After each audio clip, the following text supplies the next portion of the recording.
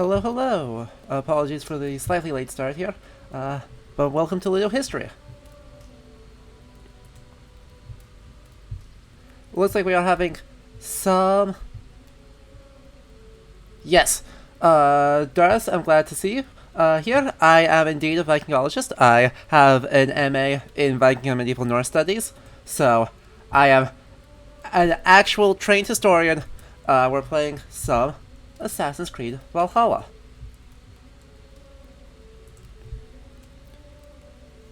Hopefully. And I'm noticing we're having some lag. Hopefully that recovers a little bit, but unfortunately this game is too pretty for my internet. Oh boy.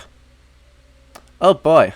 We appear to have got a new gear that we can pay real money for. Let's talk about that.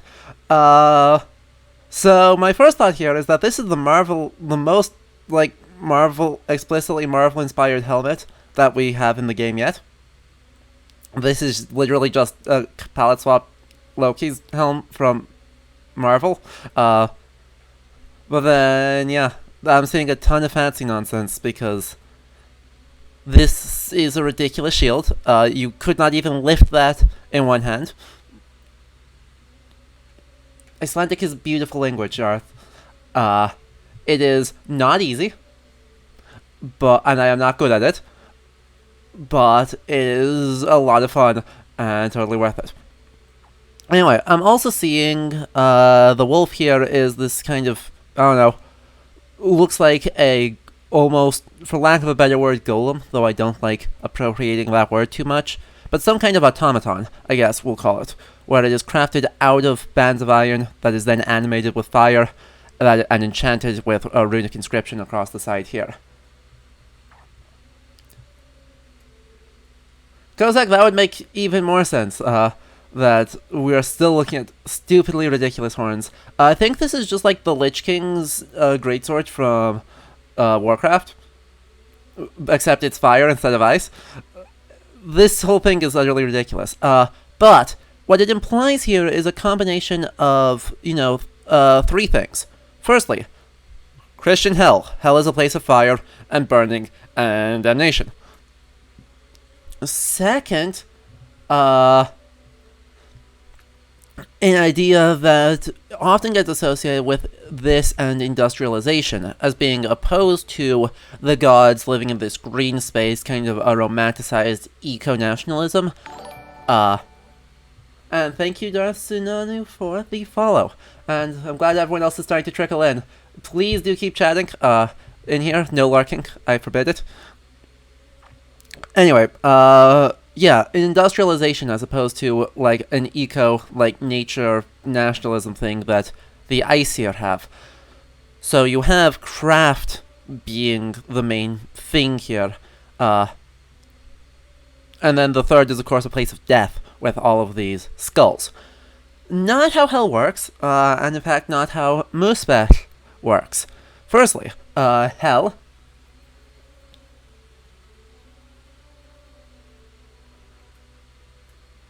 hell in Norse mythology is not one of the 9 worlds. You'll often hear it said that that is one of the 9, or usually under the name Helheim.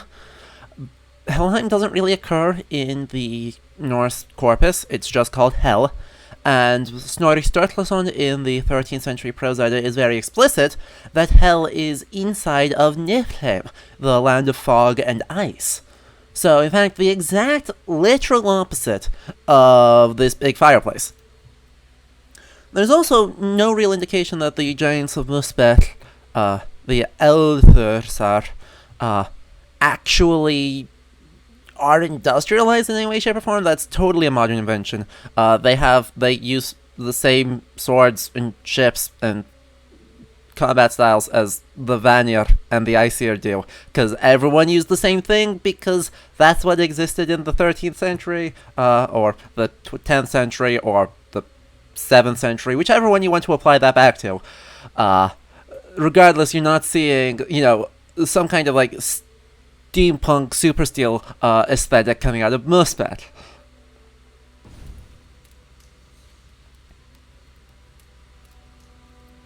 Yes, Vinald, I totally agree. That is what they want to do. Anyway, let's get into game instead of being sad about their fancy armor that they are asking us to pay real money for. Instead, look at this Carolingian armor, which is way better. Well, mostly better.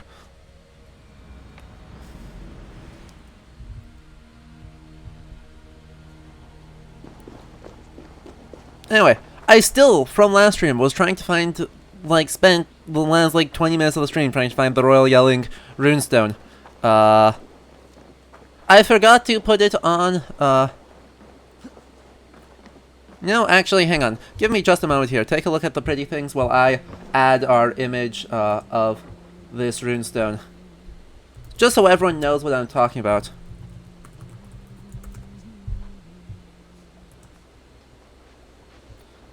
When I say it. I think this is the reconstruction they are using, even.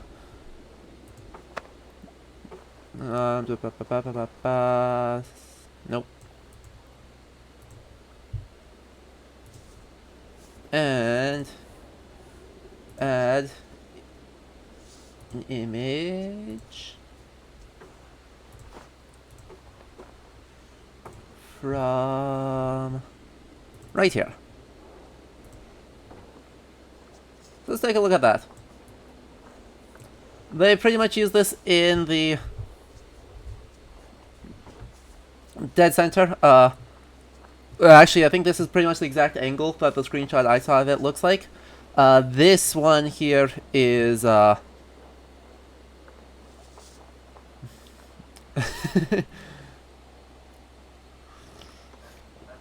it is created in the 10th century by Harald Gormson Blåtårn, of Denmark, shortly after his conversion to Christianity. As you might notice, the dead center of the largest face of this thing is Jesus. And eating fish. It's just Jesus.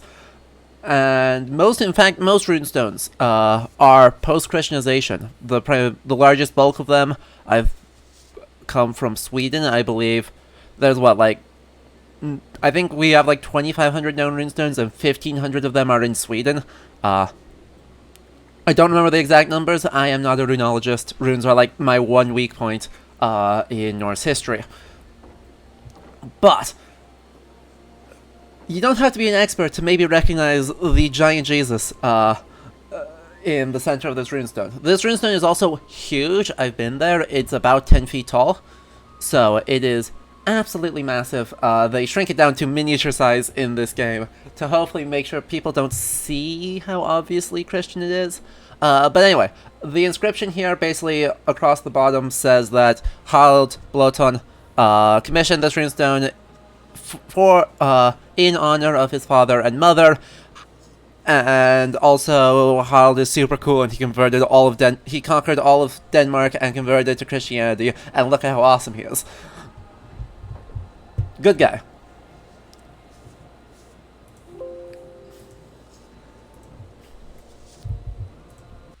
Runestones are primarily commemorative. That's the largest kind of body of them. Is so-and-so raised this runestone in honor of such and such. Get me some decent wood and I can finish it in a week. But Styrbjorn won't gift me any. There was a little plunder at Avaldsnes, but if I come across any, it'll be yours. Yep. We did not find any good wood, though, I don't know.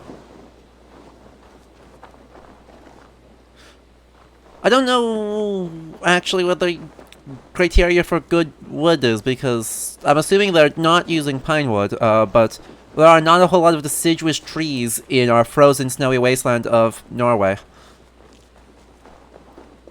Anyway, I do want to remind everyone again that you can spend channel points for the reward Change My Equipment, and I will try to keep a better eye of it, in order to force me to use one thing each time.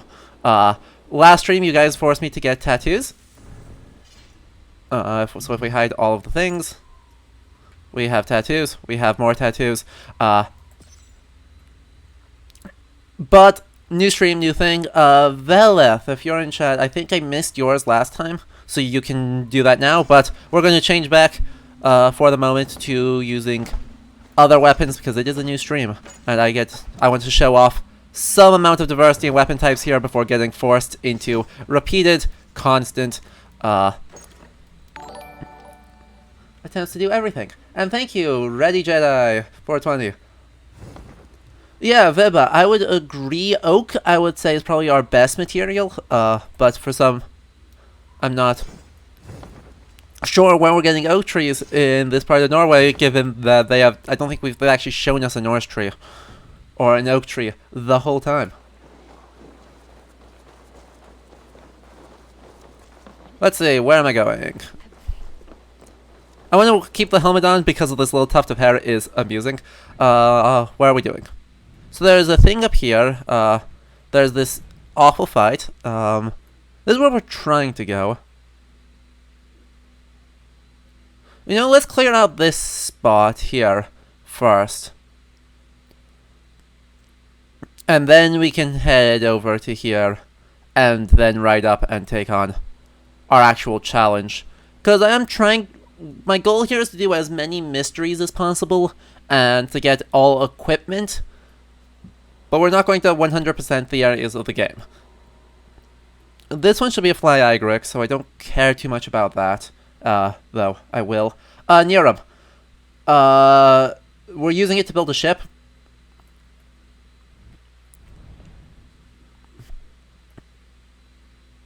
Oh yeah, let's head up here. We'll jump off the top of our stave church. Yeah, Oak is the one I remember too. Oh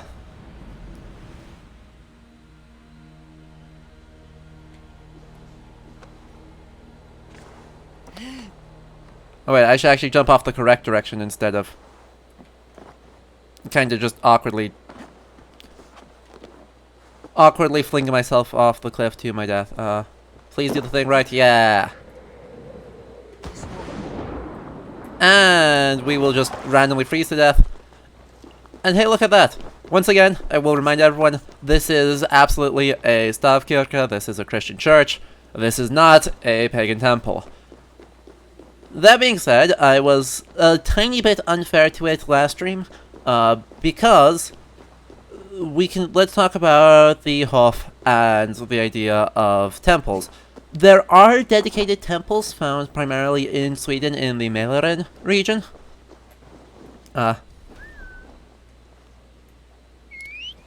Yes, thank you.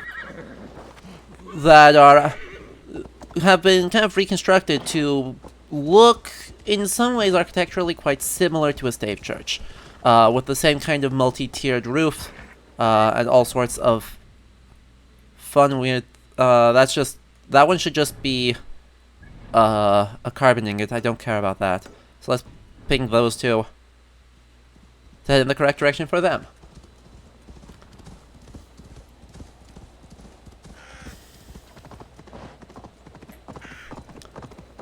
Yeah, and Vibba, let's just kind of be clear here. There are oak trees around Bergen. We are in the Vestfold. There are oak trees that grow there historically. I am just being amused that this is like a 98% conifer forest. We have conifer and some crummy looking birch trees out here, and very few oak trees. So it is not really... That's a wolf. Why is there a wolf doing things? It is less of a case of, oh, look at this, they're doing...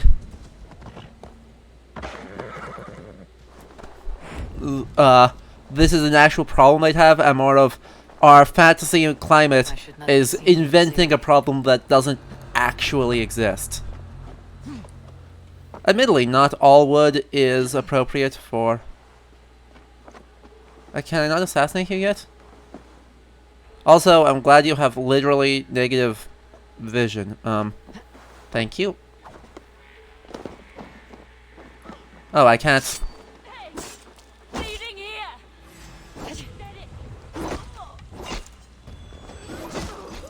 I see. Well then. That was an unnecessary finisher. You already impaled them with your spear. They were already dead. You did not need to then pull out your axe to do more things. Come on. No, Hidden Blade did work, I'm just... that person is a super dude. And so...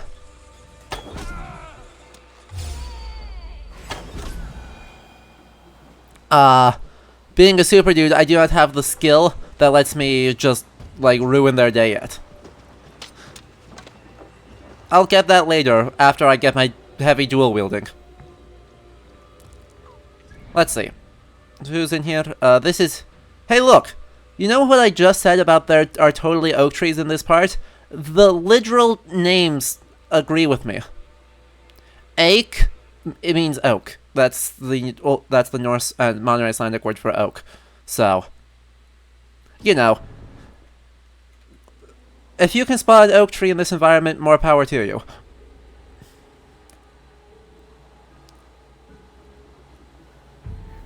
Near him? No, not really. It does a tiny... Oh, wait, what? There's someone else alive here? Thought I killed you.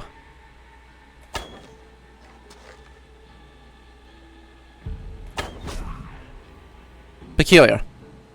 Well, nothing for it. How did I not take damage doing that? Oh well. Anyway, I suppose let us talk, because that's Birch. To continue talking about, the hoof. And everything going on with that, there are dedicated, what I'll call kind of god houses, which are meant as a sacrificial place. These are also look like stave churches.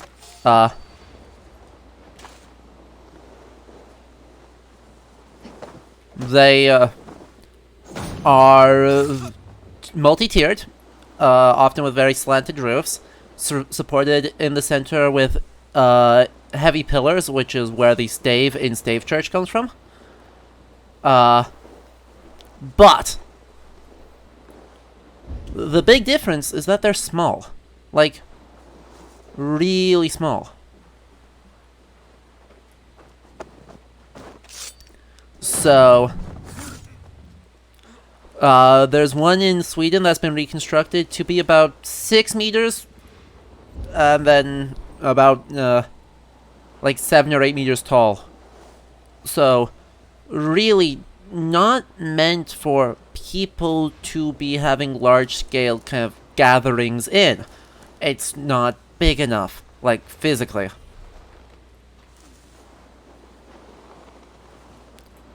The wolf is in there, isn't it? Yeah, and its gear. That's what I thought. We don't need to empty this place, though. Because there aren't supplies in here yet. There's just kind of leather and ore. Which is useful, but not really important. Uh-huh.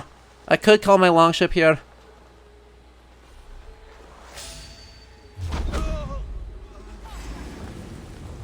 Oh, what? Did someone...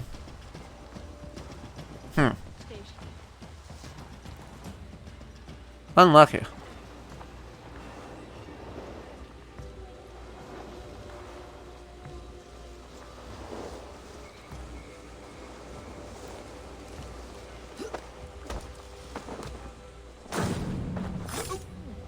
Wait, that counted as a stealth? What?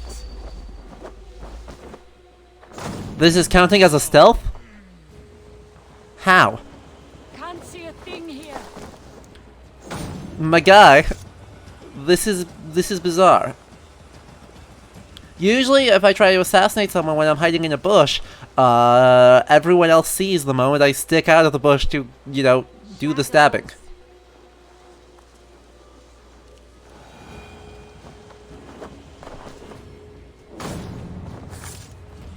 So, good AI. Totally makes the stealth game fun to have everyone just kind of forget about me in 2.5 seconds.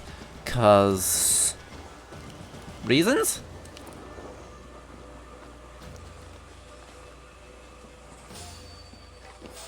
Yeah. Come on. 'Cause reasons. And thank you, KCXX, for the follow. I appreciate it a whole lot. As we're going through this, if you guys are enjoying this, please do consider making sure you join my Discord to be notified when all the other streams happen. And follow me on Twitter for the same deal. And if you really want to support, do consider subscriptions here. They are my primary source of income for this channel, and they help out a whole lot with helping me get more games for you to play, do better research, and generally improve the quality of the experience for everyone. Anyway, as we're going here, we've got another extremely suspicious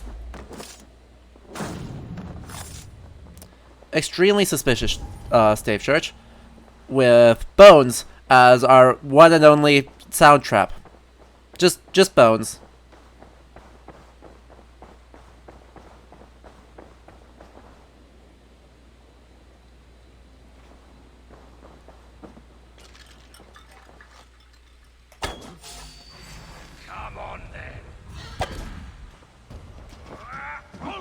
Oh, he just flung that at me. Rude. My dude.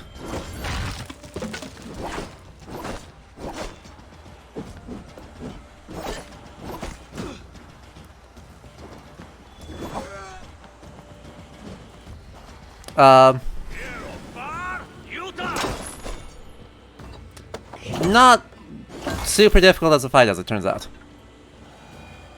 So this guy was called a Woebringer, which I assume is supposed to be a very lovely kenning for warrior, but I think is an invented kenning rather than a historically attested one. So he used a two-handed axe, which despawned. Rude. And then he used two hammers.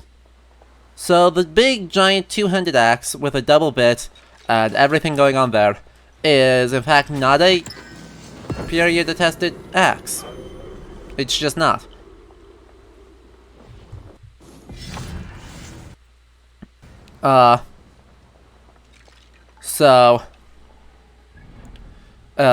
It is instead this kind of popular berserker battle axe thing from... I actually don't know where it comes from. I actually don't,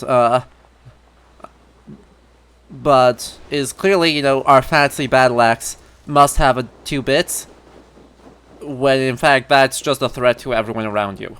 Wood axes have 2 bits, some, in the modern period. War axes don't.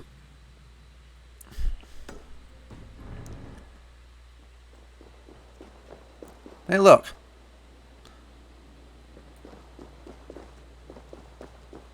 Uh-huh. Yeah. Okay, so there may be earlier ones. You know, as usual, I say something and then somewhere else in history sticks its head in the door and says, hey, actually, by the way. But hey, look at that. These are the tiniest ships. Actually, the tiniest of boats.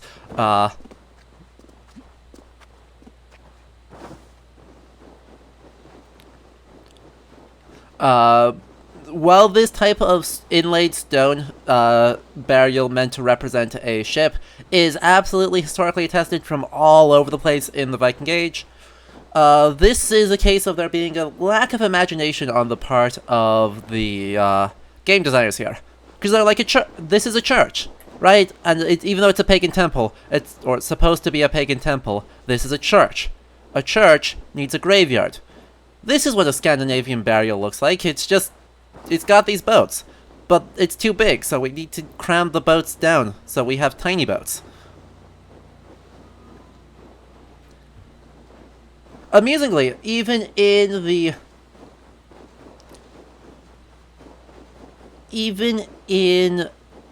game, they actually called it out, that Christian churches are the ones that have graveyards right next to the church. In the Way of the Berserker quest, which we'll get to in a couple of weeks, they actually mention that as specifically being a not Scandinavian thing. And then they do it in the game. So it just leaves me confused. Should be cautious around here. It leaves me very deeply confused as to what their kind of plan or their design is. Hey look, it's wolves. What do you think the odds are that they're going to chase me across the freaking map here in a moment? Because apparently, yeah, times are so desperate in Norway that the wolves are just running around literally constantly attempting to eat random travelers as they're coming by instead of seeing them and going like, nope, don't think I will. Which is far more likely in the historical period. The horses are not immortal, but you can always just summon another one.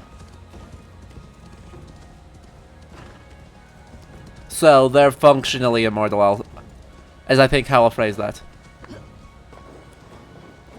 Anyway, there's a bunch of like secrets in here. Go, soon. Like that one, and that one, and that one.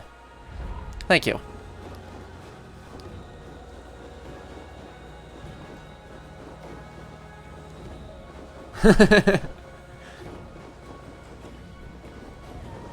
So let's see if there's a way in here that is, you know... Yeah, this. Also, this music is gorgeous. I'm not exactly...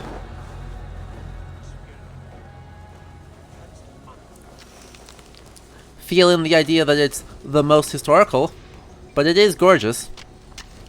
Einar Selvik worked on a lot of this music, though Jesper Kyd obviously worked on more. But indeed, we are in fact scurrying. There's a guy down there. There's a bunch of guys up here. He is just inside the tower.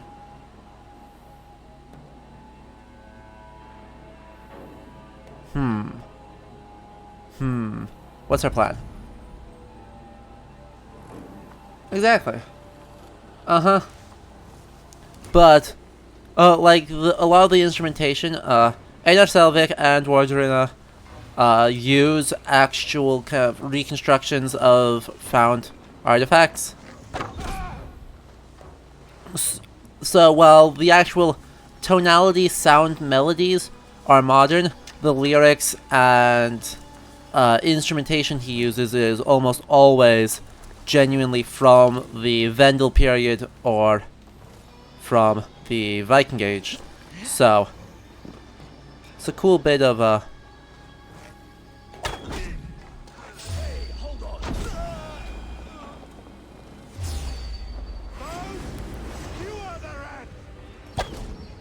No, you didn't die. That's awkward. Oh, you just said a thing.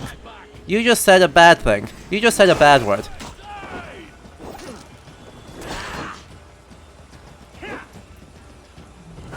You're not allowed to say blood eagles here. That's a dirty word. Watch my back.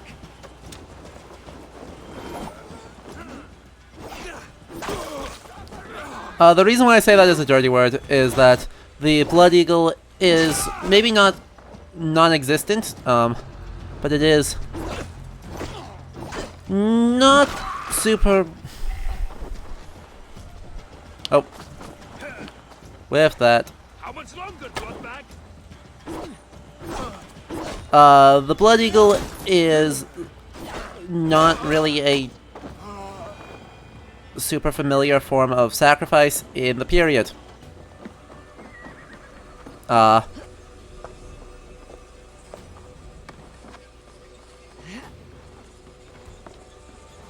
Indeed. I appreciate that. We may have already gotten the worst. No, we definitely have at least one worse one that we can get. So, when we get back to Raventhorpe, or, sorry, to Fornburg, there will be a truly terrible tattoo, and then I will in fact take off or hide armor so that you will all have to bear witness to the tattoo. Hey look, it's a book of knowledge.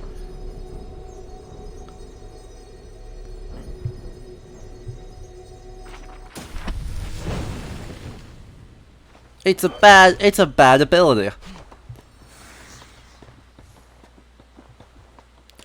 You know, these famously literate pre-Christian people are just going to read books to figure out what's going on, and do literally anything. That's how that works. I promise. So melee resistance or stealth. Melee resistance, please. That way maybe Kyoto won't own me really hard in a moment. Yes! Nope, you can do it as many times as you want, and if you guys override each other, the most recent one, goes.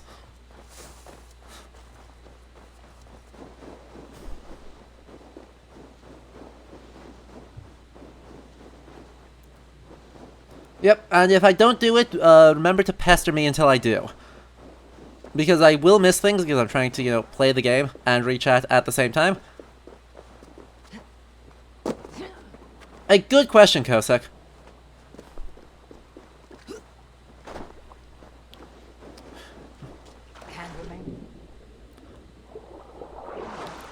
Maybe these are just like manga that they don't know any better because they can't read, or certainly can't read in written alphabet script. And so they just think these are really important because they're foreign. Foul magic gathers here. A pestilence poisons this land.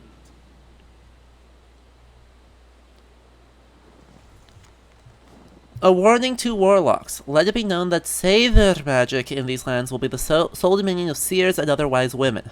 If any male, be he boy or man, is found guilty of this unmanly practice, he will face exile at the very least, and perhaps even death by the removal of those manly elements that yet remain. Haraldur, King of the Vestfold. This is a lovely bit of the game, actually, you know, paying attention to the sagas. And actually taking this literary trope. And a little bit to the law codes. Yes. Yes, okay. Yes, okay. Anyway, by the time the Gulatingslog is created, there is a stricture against male magic practitioners, and the sagas attribute that to King Haraldur Harfagru, who we have already met last stream. He's about to become king of pretty much all of Norway during this stream. So this is a nice little bit of it actually lining up. Now, despite this stricture, it is clear that there were male practitioners of magic throughout, and certain groups were kind of immune to this. Pestilence poisons this land. According to Aya Saga Skatlagrimson, Aya himself could do magic, mostly through carving rather than through incantations, but he can carve invocations into whalebone and make it all make things happen. My prey is the most cunning of beasts, capable of vile Indeed. deeds By the way, dude, beyond the ability of any clothing. animal. Wear it. A warlock. Uh-huh. One who once called himself a man, but has since befouled his hoover. I don't know why they're translating her as, like, being or mind or whole self, to be honest. It is thought. But yes, clothing. Wear it. I know you want to show off your Elder Futhark tattoos. Where did you find Elder Futhark? Were you looking around, like, Denmark for... Seriously? Did you spend time hunting down an ancient runestone from several centuries ago? The road goes up there. I should actually follow the road. I don't get that ahead of this guy. For reasons. In order to find the 4th century Elder Futhark. Have you come to face me, finally? Or will you continue to harass me from afar? Are you the warlock who laid a curse on this Indeed. land? He There seems was to be a wearing a curse boar's here long before jaw. I came along. A curse of ignorance that infects all of Midgard. So you are not using your magic against this land and its people. I try to use my knowledge to help others. I am only a threat. He also to has fear even the more tattoos unknown. than the other guy Who does. thinks there are? Including... There's a hunter who Hey, look! believes you poisoned his sister. He's got skeleton tattoos. Look at how cool he is. I made a mixture. Detailed that anatomical burned away her knowledge. illness, but he chose to drench her in pig's blood. If there is any blame here, it lies on him and his ignorant kin. He killed his sister. So, as those two will start fighting, who are we gonna kill? We can kill one of them. They'll wail at each other for a while, but, who should we save? Who are we gonna help out here?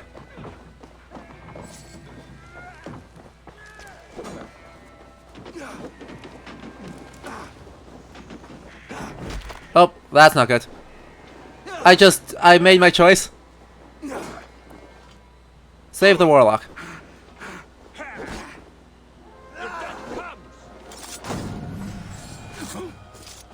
We saved the warlock. Men like this are more dangerous than any magic. They kill wisdom. You may claim his belongings. His body I will give to the land. Ta-da! And thank you, K1000A3917 for the follow. Niram, oh yes, there was a gear change for, shield and Sayax, wasn't there? Sayax. And the shield. Is it okay if I use the Carolingian shield? It's prettier.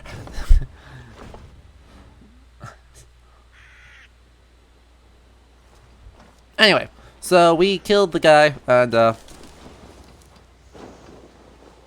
once again, you know, if he's gonna waste his time hunting down Elder Futhark and making it into tattoos, I guess that's on him. Should have learned how to be a better hunter instead. Now, I dislike this portrayal of this warlock. While male practitioners of Seidr are socially outcast, this is good. They are illegal in Norway, this is good. They still exist despite being illegal, and in fact are continue to be socially needed, if distrusted in the extreme in Iceland. This is good. They did not, however, wear boar's jaws as, like, clothing. No, they dressed pretty much like ordinary people, because turns out your garb doesn't make you able to do magic. It is the knowledge of the incantations. It is having the knowledge and then applying it that makes you do magic, not wearing bones so everyone knows who you are. And yes, there is absolutely a little bit of the common trope here of someone is actually trying to just do good and using science, and then the stupid people are doing other things, and refuse to listen, and it's actually their fault that stuff happens and everyone died horribly. It's not my fault, we did nothing. This is also, yeah, kind of ridiculous, because it is an implication of science. It never actually goes that far in this one. It doesn't make them out to definitely be scientists. Actually, hang on, I need to actually head over to here. I need to go to here because I have a tattoo to get.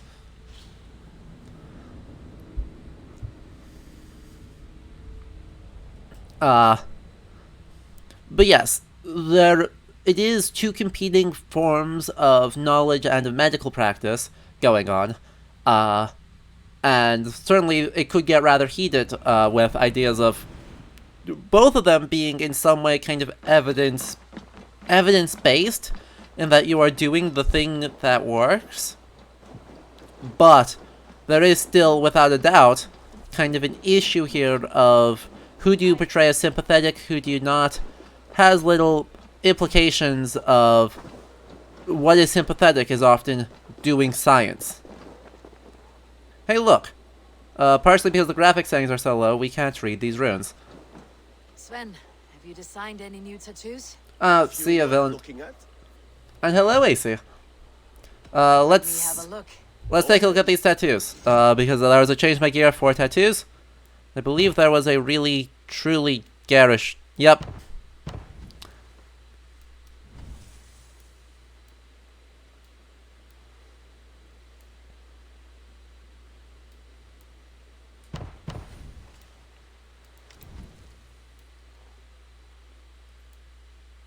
There.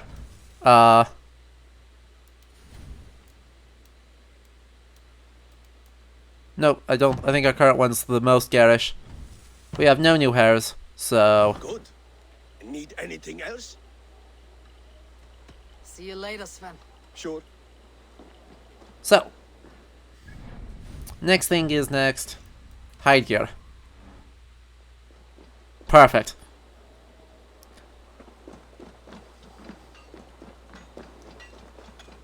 I do have the Carolingian pack. The Carolingian pack is currently the best armor set in the game design-wise that I have run into. Not the most stylish, but certainly the most historically accurate.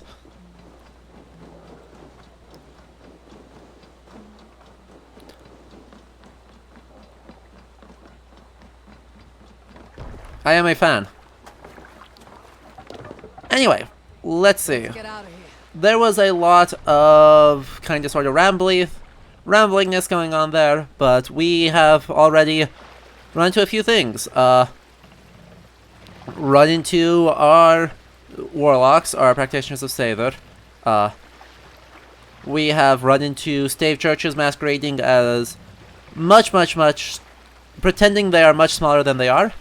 So, you know, let's actually talk about where sacrifices, big public sacrifices, actually took place. Because it was not in those tiny, god houses or hof, found in Sweden, in archaeological excavations. They're too small. Like, they're a fraction of the percent of the size of these stave churches. So, instead, we're going over here, and I think we'll do this one. And I don't remember, we'll sail by here just to see if there's anything gear-wise here. I don't think there is. This one's an amusing world event, but not super important. That's amusing but unimportant. That's a fight. This is a fight. We'll do these two right before heading to England, I think. So we're almost done with and ready to take on Kjotve. So yeah, Vibba, there are kind of two things that happen here. The first is the big open-air temple, which you are correct, does take place in nature. This is attested in Tacitus, with his descriptions of Germania and, you know, some of the rites to Nerthus, who is probably a taboo goddess, but whose premise certainly still has open-air kind of forest places as temples. This is absolutely well attested in other places, such as in Ragnar Saga Lothbrokar, where at the very end of the saga there is a Trémother, or a sacred, living, sentient tree. Being sentient, hey, that was Icelandic. Sail neither. Sail down. So this Trémother, actually speaks some poetry that says, "Hello, yes, people used to worship me here." This is probably older than Ragnar Saga, and is very confusing, and had some oomph going on it, but this is also right here we have another implication of an open-air worship site, you know, with Odin and Freya and Thor. Shoutouts to horned helmets, by the way. You can't escape them, even in the games that know better. You come back to a story about a talking tree, yes. from Ragnar Saga, the saga of Ragnar Fuzzy Pants.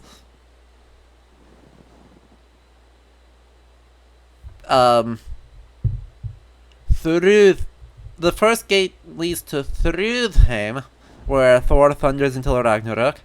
The second gate leads to Freya's Folkvanger, for good men and women grown weary of battle. Third gate leads to Gladsheim, where the Allfather welcomes his blood drinkers. No, also no, and did I mention no? So, yeah, open air. We'll pause the discussion of open air temples because I can't let this be. Let me just super duper confirm that this is not a.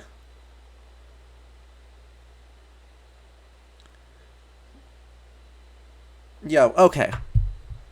So, Thrudr is the name of Thor's daughter, not the name of his hall. Folkvanger is where half of the slain go each day in order to prepare for battle, and Gladsheim is the kind of space surrounding Valhalla. So that one's actually okay, but okay. So no, and I'll let it slide, I guess. But ordinarily, Valhalla is used as kind of the main point more so than Gladsheim. So, yeah,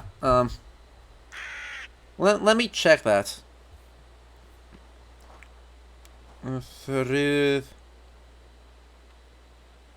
Thrudvanger. Nee.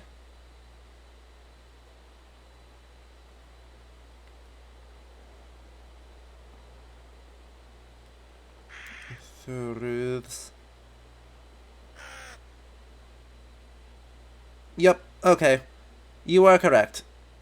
Okay. It's another thing that is only found in the Prose Edda, and not actually in the rest of it. So, we'll let it kind of sort of be, but it did say Thruths. It said Thrudheim, didn't it? Yeah. Thrudheim instead of Thrudvanger. Peculiar. Very, very peculiar. Anyway, so we are supposed to pass through them in the correct order. So the first gate is the one related to Thor, of which there are many around, but not all of them are related to anyone. That is Odin. That is Thor. Yeah. There was a lot wild about that, but you know, the wildness pales in comparison to the Fly Igaric. There's a whole bunch of events here of Fly Igaric, which is a relatively potent hallucinogen that grows across Scandinavia. But it was argued by a Swedish botanist in the 18th century that that is clearly the thing. Discover common sense. Is that so? Is that so, Avon?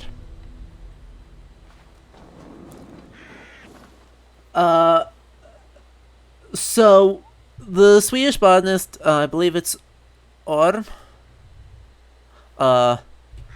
argues that, oh yeah, based off the descriptions of the Berserkskong, the going berserk in the saga, that clearly that is the result of having eaten Fly Igaric before they went into battle. Oh gosh, what? Rude? Wow. Why? I'll get you for that. I just got owned by a deer.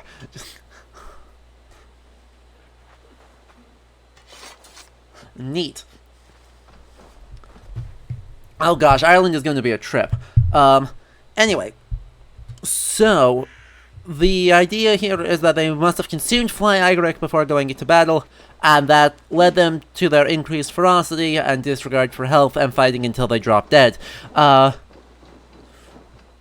There are very, very occasional cases of consuming some kind of stimulant mushroom in the modern period, where that does happen, maybe, possibly, not actually as clear as it sounds. But in the Middle Ages, realistically, if you ate fly Igric, the most likely result is that you would end up...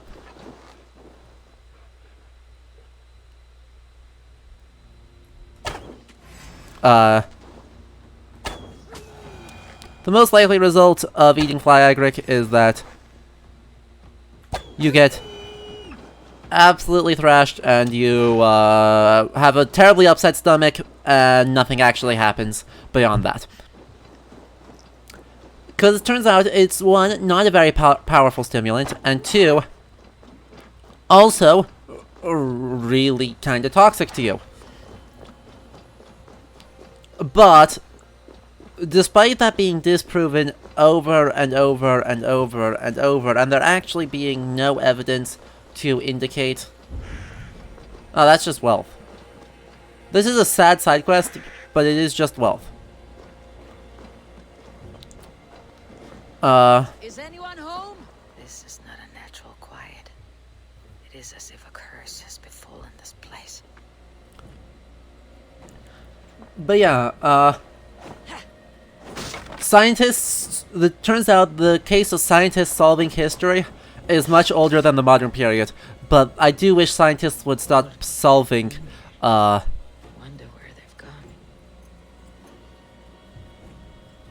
gone. I do wish scientists would stop solving history. It's bad. It's just bad. They never do it well. And so yeah, recent scholarship has totally disregarded the idea of fly Igric actually being consumed by the Vikings at all. But God forbid we have a Vikings game without hallucinogenic mushrooms, so here we are. You eat the fly Igric, you walk through a stupid platforming puzzle that has often is completely illogical, solving the gates, and then Eivor says some piece of pithy wisdom, such as finding common sense. Now, common sense would actually be not eating random mushrooms, you fool.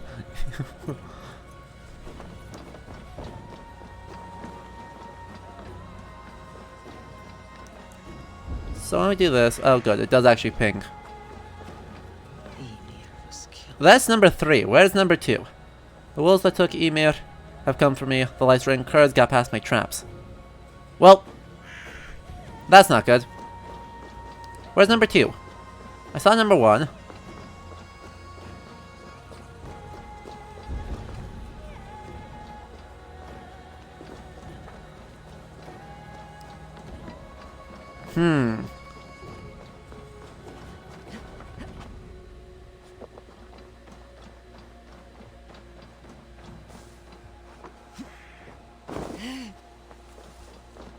Yeah, Eivor goes by the eat literally anything that moves slower than her. Because, mushrooms, wolf meat, bear meat, deer, bigger deer, raspberries. She'll eat it all. No fear. Huh. I have no idea where number 2 is. But that's okay. You can kind of piece together thing 1, thing 2.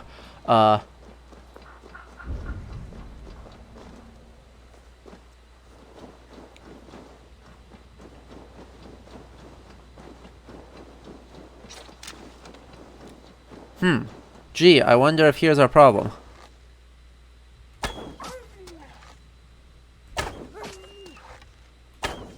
Truly a difficult fight. Wolves. It must be the pack that Urnir quarreled with. Here's number 4. You went to face them. Fjorir. Ymir was out at night, but not to feed. So yes, Ymir is the name of his dog. A very good dog.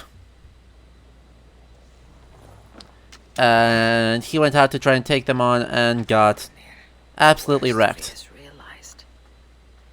But your death will not be in vain. Yes, everyone press F to pay respects to the good boy. Good boys are very not common, but very present in the Icelandic saga corpus. The most famous of them, probably, has got to be Saumur, from Njál Saga. Saumur was given as a gift to, None remain on this island. I should leave this place. was given as a gift to Gunnar of Hlíðarendi, after one of his great early successes, and stays with Gunnar for the rest of his life, and was absolutely the best of boys. Saumur would stay with Gunnar through thick and thin in basically every fight, to the very end of his life, and the moment when Gunnar, after through the machinations of his enemies, is forced into killing two members of the same family twice, which was set up earlier in the saga to be very clearly, if you do this, you will be outlawed and you will die, and I cannot save you, by his best friend, Njáll Þorgeirsson.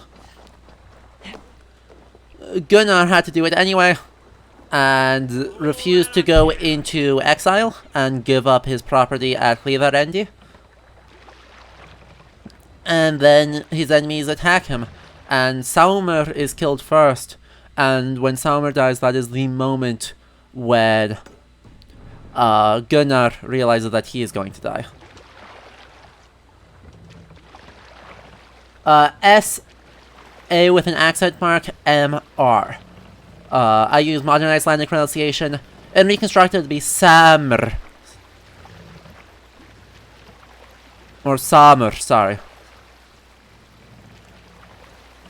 But I use modern Icelandic pronunciation, which has diphthongized long ah to ow, and then has inserted a U between the M and the R.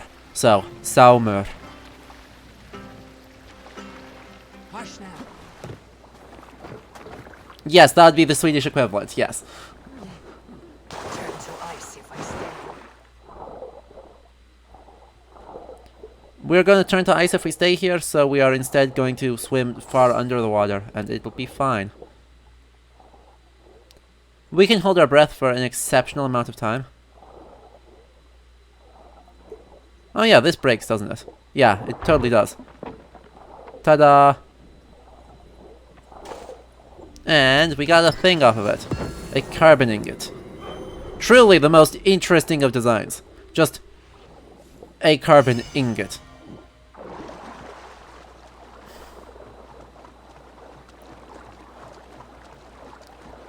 That makes sense. Skipping over the tutorial and going straight to England is totally a valid choice. There's a lot going on in Norway. And as you can tell, like, we've been in Norway for 5-ish hours so far, and we haven't even killed Kjotve yet. We haven't even done, like, the main story yet. Let's fix that. I think we've done everything we need to in this part of the island. Yeah, because we'll pick up here and here. Nah, actually we won't pick up here. Here's dumb. We'll pick up this bit here. No, thank you. Stop. We'll pick up this bit here on the way over to Alrekstad. And this stuff is in Kjotve's fortress, so that's fine. And then Alrekstadir. Actually spelled correctly in Younger Futhark, like it's supposed to.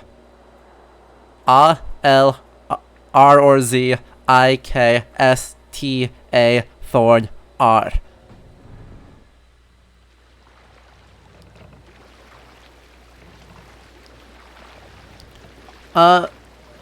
Swimming is...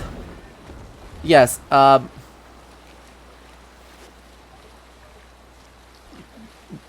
the swimming is... I would not say super common, but, like, lots of people were able to swim. Why is that a spot I can raid? That makes very little... Oh, I actually could raid there if I felt like. Okay. Well, we're not going to do that, because we have a main story to get to.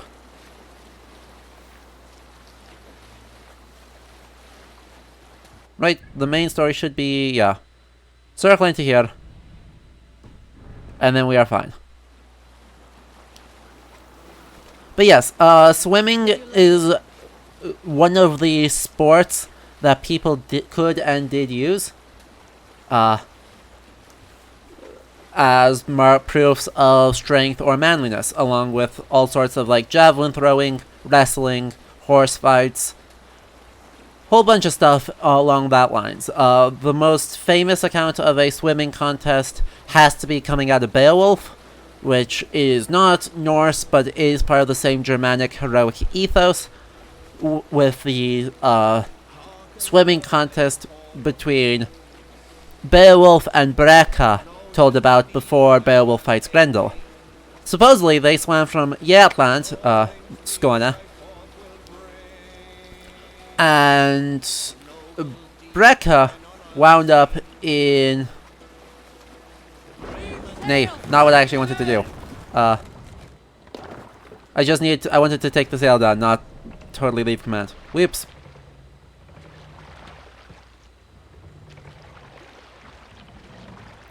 Now we will leave command.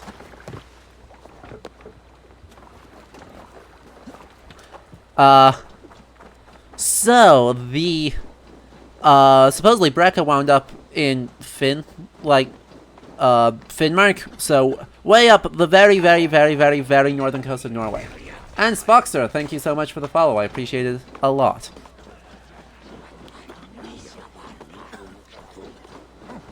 You know, if we're going to be using this dagger for a while, which that's a lot of damage. That's a lot of very fast attacks. If we're going to be using that for a while, let's actually upgrade it. The tiny, tiny bit we're able to. Ta-da! We have now upgraded it. It does a tiny bit more damage. But yeah, supposedly, so he basically swam all the way from Skåne, missed the Kattegat, around the Vestfold, all the way up, and wound up way up in like the Arctic Ocean on the way to modern Arkhangelsk. There's a lot going on there. Obviously, swimming contests did not actually work like that, but it is an indication of kind of the heroic extremes that you take a normal sport like swimming or foot races or some eating contest, sennas, whatever, and you take it to an absolute extreme. Eivor, you missed the opening act. Kjotve's forward camp melted like a spring thaw at our approach. Is it from here we launch our attack? Indeed, we shall attack from here, around the coast. We do indeed. And Gudor the Wise. Gudormer and Frodi. Are well in place. Only give the word. I will, but before we strike, I have a request. Name it. Oh wow, you could really hear that he is an Icelandic voice actor in that. A battle to the death in single combat. So we're going to be doing a Holmgångur. Kjotve robbed my father of all honor and dignity. I will win it back. When honor is at stake, let none interfere. And if Kjotve should die before the battle begins, all the better for our chances. Look at us doing plot. With maps. With... Today my blade must do the work of Skull's sharp scissors. Cut short the cord. Hey look, a reference to the Nornir. Skuld is one of the Nornir. Sharp-tongued warrior scout. May we all live to hear that saga. And they are saying here saga being sung. I don't like that, but certainly saga being told is totally okay. This feud is not yours, yet you fight it all the same. Sagas were probably performed orally. Because you are wrong. Our clan, the Hidden Ones, have been fighting with... By the way, Kjotve is a Templar, just because. You came from Miklagard to kill Kjotve yourself. We did. Or rather, we came so that Hytham could kill him. My apprentice has been studying this target for many months. Is Kjotve's reputation so great outside Norway? Not his reputation alone, but the order to which he belongs. Look at our meta plot. Something Assassin's about Creed Bible nonsense. of our own. Why... Hytham. I question the Templars' brain power here in recruiting someone who has the by name The Cruel On that, for trying to do like world domination by persuading everyone and making them do warrior to make them all submit and do order. You would think choosing someone who's able to be a little bit sneakier than literally called the cruel guy would be intelligent, but yeah, instead they just kind of roll with it, and here we are. Here we are, Kjotve's fortress. The banner here is something that is actually kind of sort of attested, except the Bayou Tapestry has this kind of triangular banner that we're seeing, but it's a raven banner, which is also attested in Asser's Life of Alfred the Great. The raven banner is this kind of triangular shape, it looks like, with which it obviously has a flying raven on it. That appears to be a rallying point for...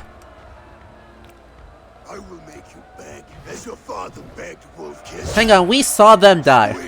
As your mother squealed. We saw them die. They didn't beg. There was no begging, there was no squealing. My life. I will take yours. You are weak, like your father was weak.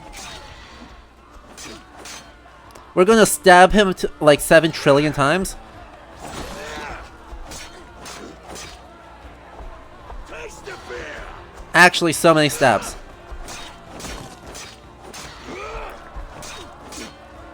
Hey, look at that. We finished the first phase. He realized he may need to actually use his giant Dane axes on us. My blade will drink your blood. Your flesh will feed my wolves.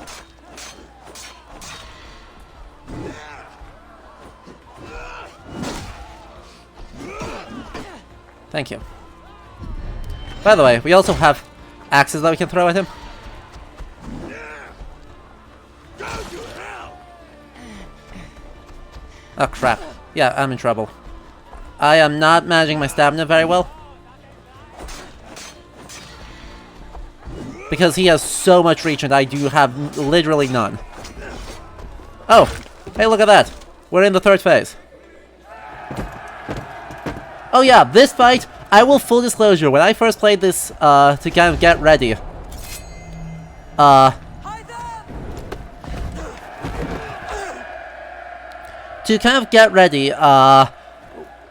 played about the first third of this game, but in this... Shameful trick, Wolfkiss. What the heck? All your father's child. He just threw a dead guy at me for no obvious reason. But yeah,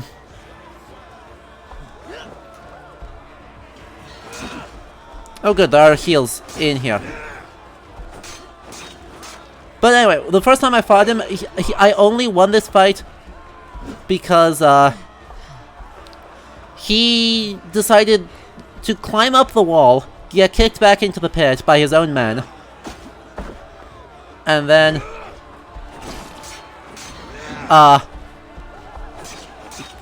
fall back in for half of his health, climb out of the pit, again, fall back in for the other half of his health. Hey look, I stunned him though, so... Nope. Crap, that would have been a one-shot. There it is. Got him. First try. Did he just not spawn? Where is he? There he is. Hey look! If you're playing as male Eivor, that voice probably sounds familiar. I'm sure that's not at all significant. What do you want of me? You won your prize, Wolfkiss. The glory of my death. Also, this scene, I do not know what is going on for most of it. But yes, literal Odin. With an absolutely brutal scene for not really sure what the heck is going on here because there are so many jump cuts. The price of our war is the harvest of 3 dead generations. Uh-huh. All their names are known. It all means nothing. No. My clan will not be forgotten! Wild. Okay, no, we did our best Vlad the Impaler impression. There's a lot of symbolism, I guess. Oh, look. By the way, he also knows the secrets. Yes.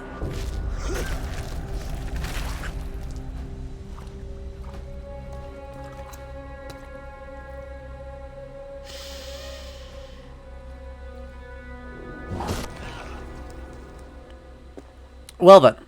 Ravenclan! Your lives are forfeit. Oh, no? Come forward if you must. Into the crucible of your doom. Okay, Gore. If you say so. Father is dead, Gorm! His debt's repaid! Open the gates I- and you'll be spared! I do not know how to interpret that scene. Because what the heck? Take aim. What the absolute hell was that? No mercy! Archers, fire! Let's grab... Oh, rations are full. We got a free ration, apparently. This way! Move! Lead us! Let's see, what's our path up? Ladders. Thank you. A big giant siege. Once again, I question the point of a palisade. Hello? Do none of those guys count?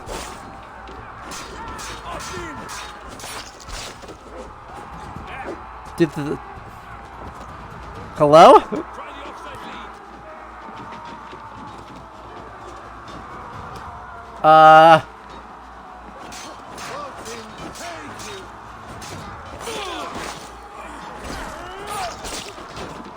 Anyway, once again, we are in a fight here where tactics literally don't exist. Cause yeah, tactics literally don't exist in this whole game. There is only...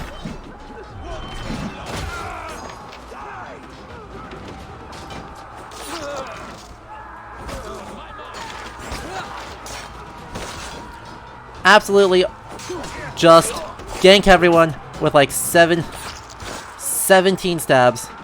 The less fair it is, the happier we are. Ow. Okay, he kinda outplayed me. Reasonable. Hey Sigurd, don't just stand there. Ugh, the AI in this game is actually so bad.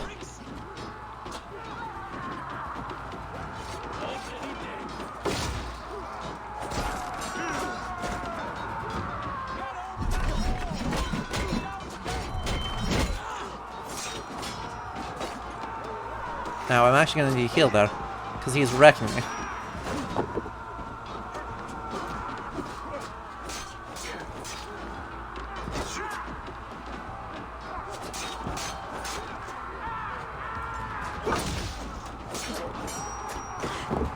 Oofed, I am getting owned! Yay! Yay! I need to find heals somewhere. I don't know where I will find heals, but I will find them somewhere. I'm sure there are plenty. Aren't you a bad guy? Pretty sure you're a bad guy because you're wearing a helmet. And only bad guys wear helmets in this game. Facts. Oy vey. There are a bunch in the pit, yes. But... there should be some here too, yeah. There we go. Found them. So... oh yeah, I don't mind the idea of, you know, the idea where we lost... okay, that just whiffed, apparently. Where we won the duel and then had to fight the army anyway. I don't mind that, like... there's nothing in that that's inherently... that I find particularly improbable. It is just, you know, needing to... ow.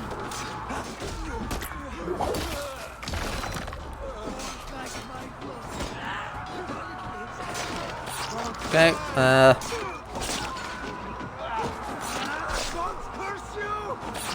but, you know, we call that a holmganger,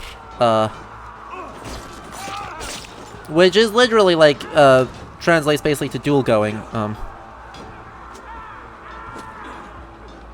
but that's more, that word is most commonly used for kind of legal duels, so resolving of legal disputes. The idea of that would be a part of standard warfare, I'm not super sold on. Wow, I didn't realize, ow, crap.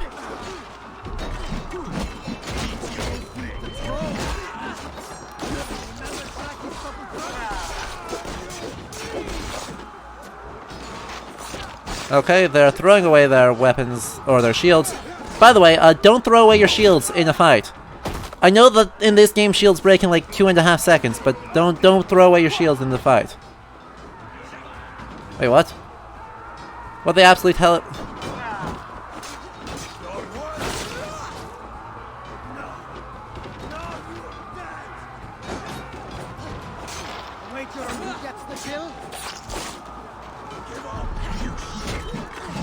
This is very weird. Oh, I need to open the back gate, don't I? God damn it. That's the problem. These guys just kind of infinitely spawn because I didn't open the gate all the way over here in the first place. Okay. Rude. Just stab these once and they just fall apart. You'd think that when we've taken the ladders, they'd be able to just kind of do that. But, you know. Hello? Please get out of the way. Please still get out of the way.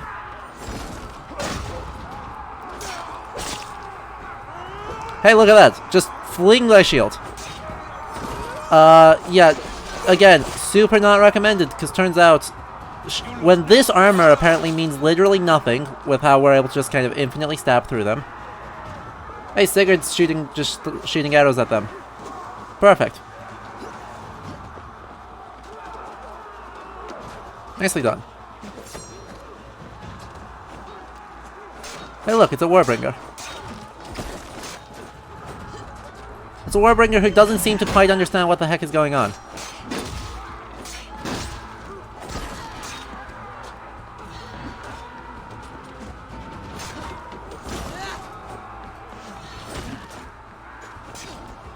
Wow. This knife is actually really good. I did not realize the knives were this good. I'll be honest, I thought they were actually kind of crappy weapons. I never used them, because why would I when I could use spears or greatswords? Which would feel like they're even better. But no, turns out these guys are just really good. Hello?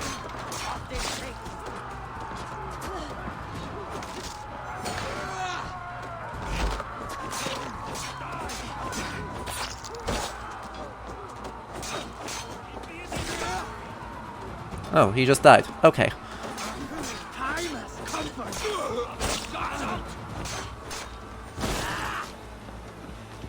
Yeah.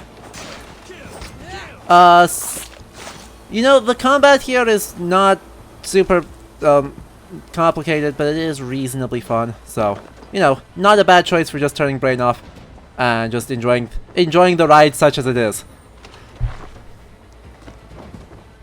What is this? Oh, that's like 3,000. Okay. But yeah, my understanding of Holmganger, like what we just did for Kjotve, is fine for us to be doing, but would not be a kind of standard part of war.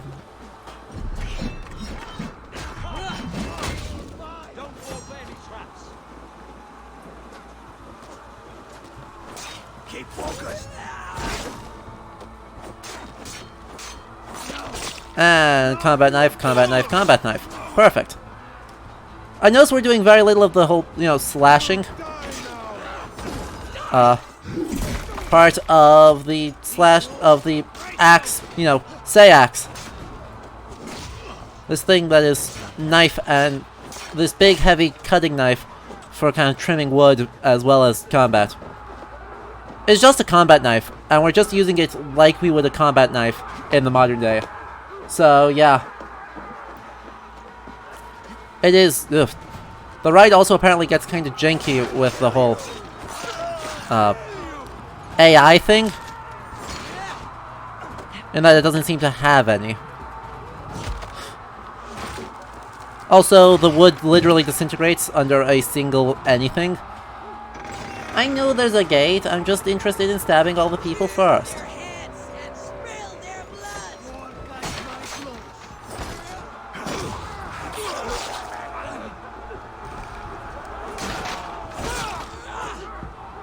Gotta get that experience. Okay, I think these guys have it covered.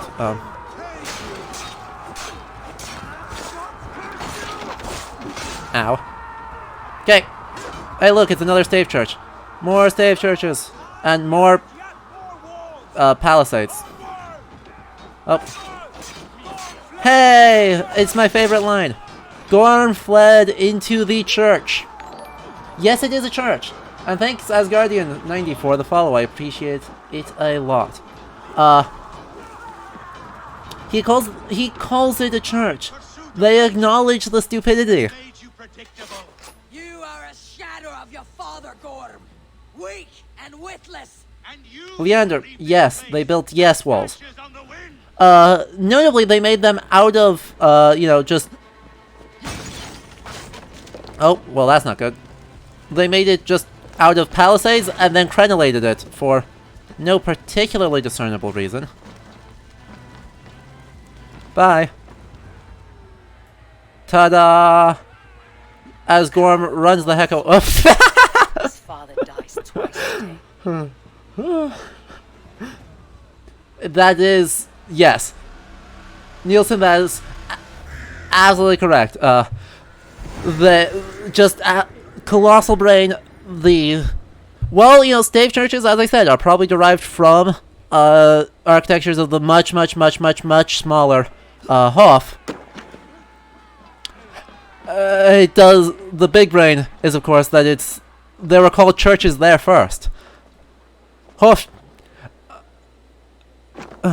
It is so frustrating that they acknowledge their anachronism. They acknowledge that it's ridiculous. They call it a church, and then they do nothing about it.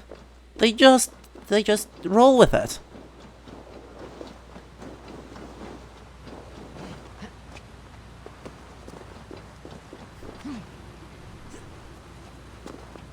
And it makes me really frustrated with this game sometimes. Okay, I need to actually finish the thing for... Yeah, because they're not going to let me do the thing until after I finish the assault.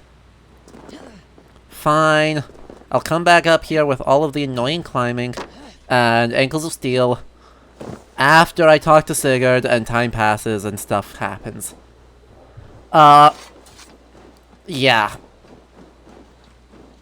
Unfortunately, like, you know, the simultaneously good and bad thing about this game is that there's always something new to talk about.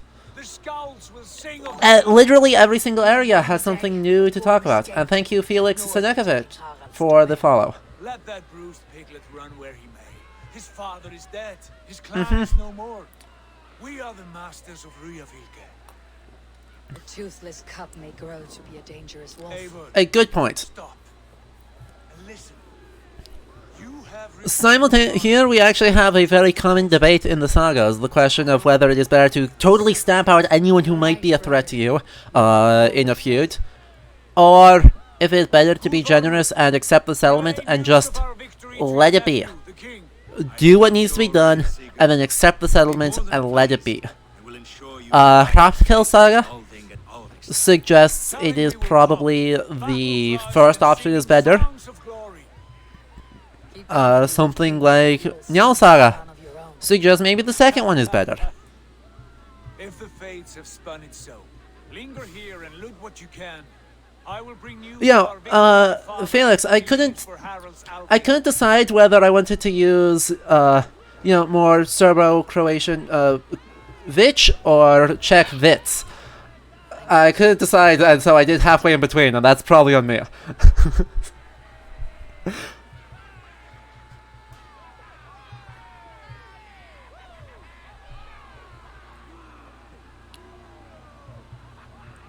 And time skip. Quest completed. We get 5 quadrillion EXP, because we do. Get more skill points, because they give them away for free. And then there's a whole bunch of stuff in here. Indeed, waterfalls hide secrets. This game is no exception. There is a waterfall, there is a secret behind it. The secret is a book of knowledge for what is supposedly one of the most broken skills in the game, though definitely one of the most anime Vikings. I am going to actually keep that term. I actually like anime Vikings for this like pop cultural hyper brutal use stupidly sized weapons Vikings. Even though, the actual Viking anime Vinland Saga largely does slightly better than most, I think I'm going to keep calling them anime Vikings.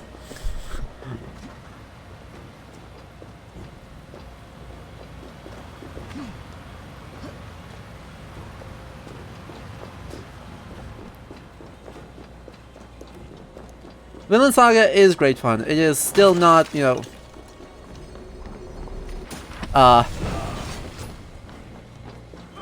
Rage of Helheim. Suppose we should actually, take a look at our skills. Or our abilities, I should say.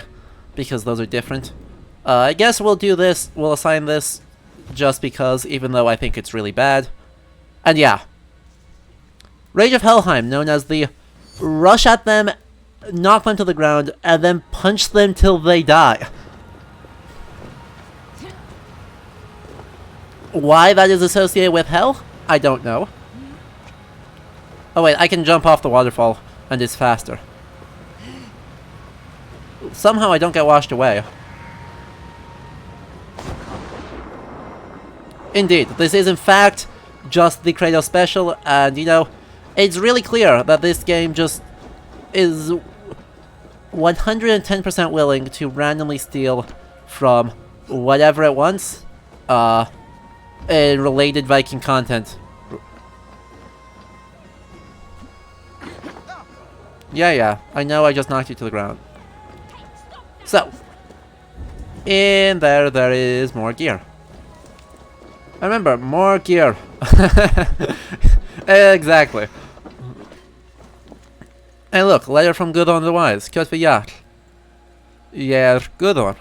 You know who I am, some call me the Hunter. I speak to the full authority of my nephew, King Haraldur. He has interest in strong... Yup. Hey, look at that.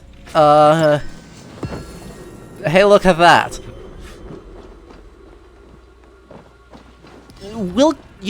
I'm hoping to, with your guys' help through subscriptions, to save up in the next month or so to be able to get a PS5.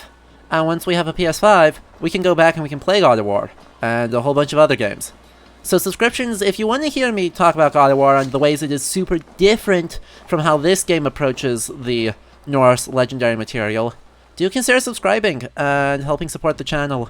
If you have Twitch Prime, I've linked your Amazon account to your Twitch account, then you get 1 free subscription every single month, and if you throw that my way, that would be hugely appreciated. And yes, that is a flail. You all know the drill. For the low cost of 1,200 channel points, you may force me to use the flail.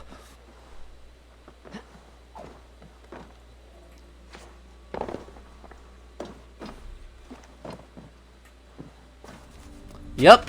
Hey, look at that. Okay. There went triple flail. Okay. So, here's the question. Are we using it in our right hand or our left hand?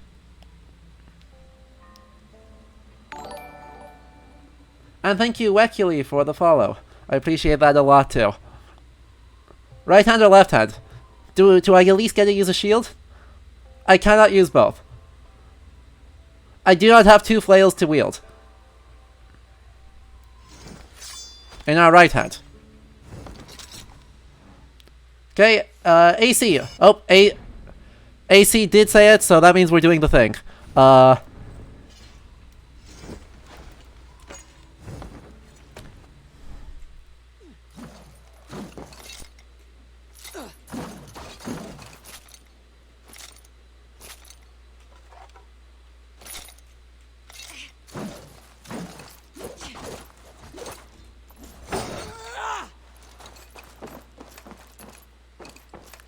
We're doing the thing. This is bad. This is really, really, really bad. Let's just take a look at that out here in the open.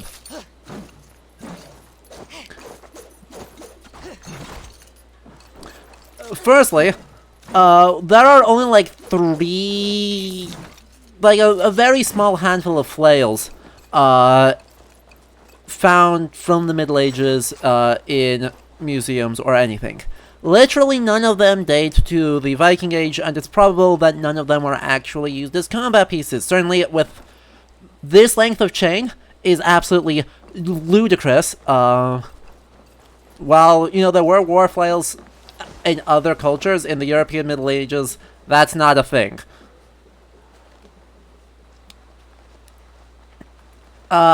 Yes.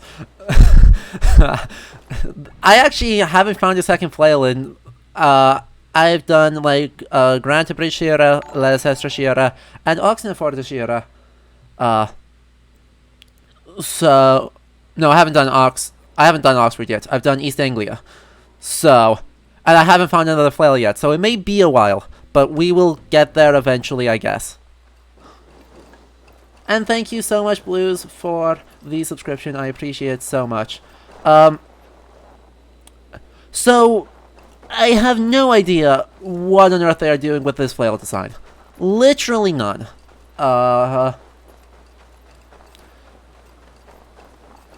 It looks a little bit... Actually, let's go into here to take a look at it in more detail. It looks like it's a kind of what's called a flanged style, which emerges in maces. Some variation of this shows up in the 14th century and is most common in the 15th century, where you split the mace into 4 quadrants like that, so that you're concentrating all your crushing power into a single spot.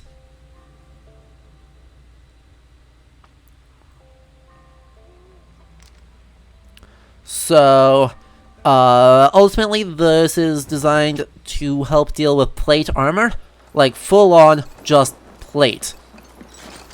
Not the armor types used in the Middle Ages, which are actually somewhat better at dealing with crushing damage than, like, chainmail flexes. It moves. If you try and crush it, it definitely can crush, but it's also likely to just shift and deflect some of that damage. So this kind of raw bludgeoning force actually is kind of crap. For this purpose. It is absolutely, you are correct. It looks super duper like both the Witch King of Angmar's super giant flail, and also like the end of the Castlevania, not vampire killer. The whip similar to but legally distinct from the vampire killer.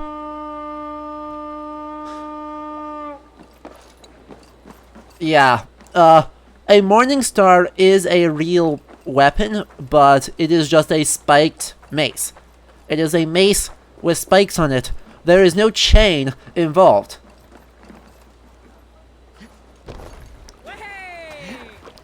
Anyway, so, our next task here is to take heed and go to the Alþingi that King Haraldur Harfagri has called at his hall at Alriksstaðir.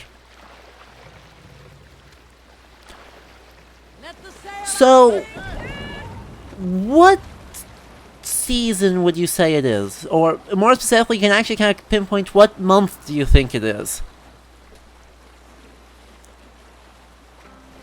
in this game right now? We need an epic tale. Unar the Ugly was an excellent sailor who could pilot a longship entirely on his own. This is why Sigvaldi it's kept him around. See, I'd actually say it's the other end of the year. I'd say it's fall. The reason why, we saw it a little bit earlier, and I forgot to talk about it when we were picking up the flail. One year I recall we invited some Carls from the Yngling clan to dine with us. But I would say it's actually fall because we have ripe crops. While leeks kind of grow all year round, a lot of the other things don't get to full size until September, October. I'd say we're kind of... So I'd say we're looking at fall here, more than we are looking at spring. It would make more sense, if it is... it would make a lot more sense if it was in spring. It would make a lot more things more probable. But we will... No. Whoops. These stories here are actually retellings of sagas, and so someone just put a kneading pole up on the Inglingar, which is not good. Anyway. Yeah. So, we are in either early spring or kind of late fall. We still have a long day-night cycle, so we've got to be relatively close to the equinox. But we are definitely within that kind of vein. The other thing is an annual gathering that takes place in August. In both Norway and Iceland, it is a summer gathering because it is unwise to sail the coast of Norway in winter for any long distance.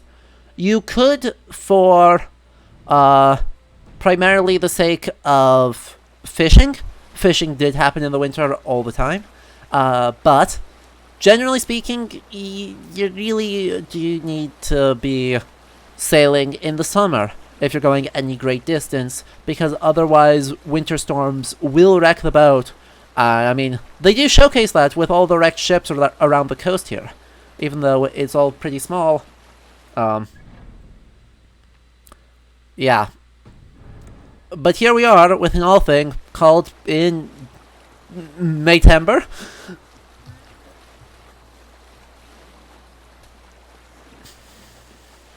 Yeah, AC. Generally speaking, we're not going to be having ice in this part of Norway forming. It's very rare to have those big freezes of the kind we would perhaps imagine or expect. But certainly, with all of this idea around here and how freezing the water is supposed to be, within this game, I would expect ice. Historically speaking, no, it would be much rarer, and is a mark of a truly harsh winter when ice forms on the sea. It did happen, quite famously several times, but generally speaking, we're not going to be seeing that in the historical climate. Within the batshit crazy climate that this game thinks Norway has, we probably should be seeing ice.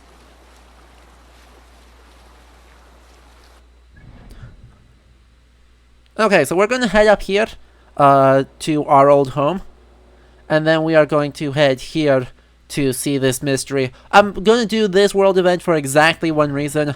You'll hear it when you get there.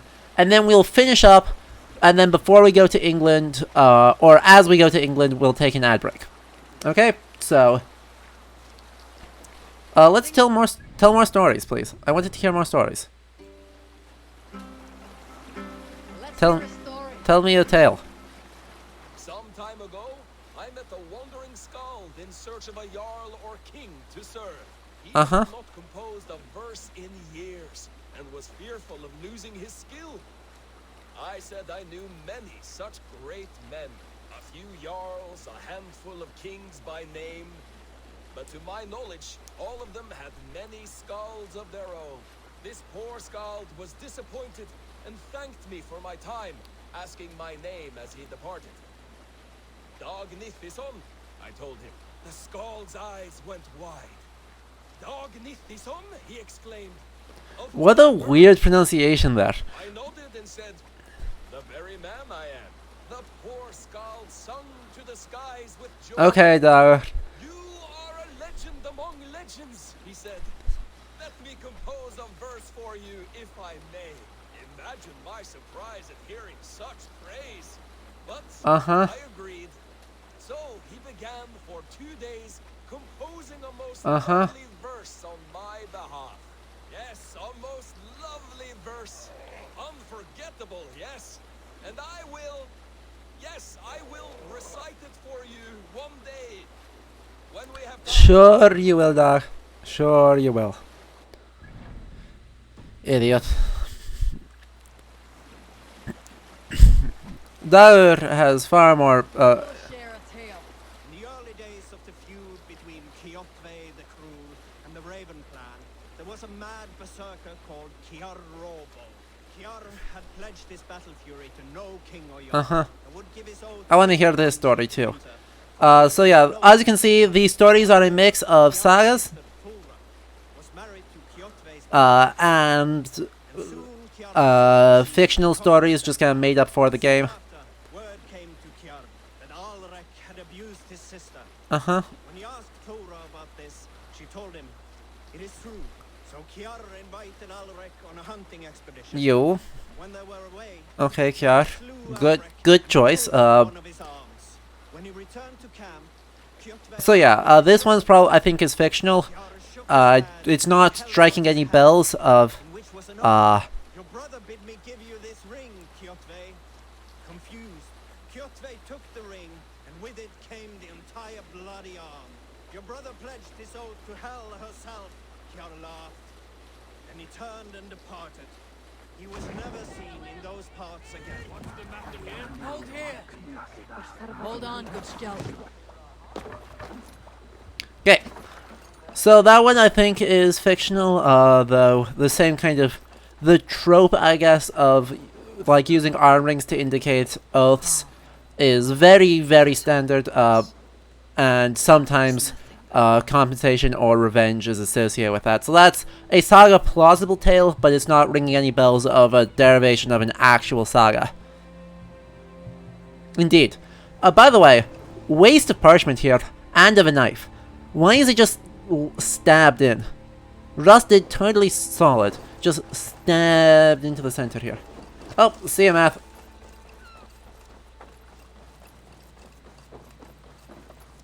So this is our old home. This is where we started the game when we were tiny baby Eivor. And it's in good condition, honestly. Bit overgrown, but you know, otherwise fine. I don't like the fact that it's actually intact.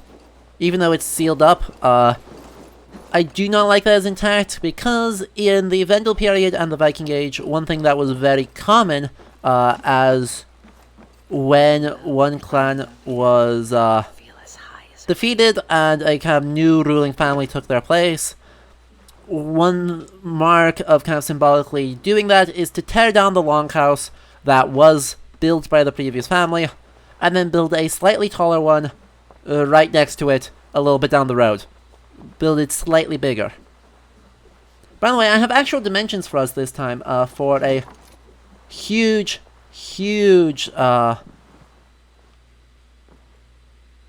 yes, let us sit in the cobwebs.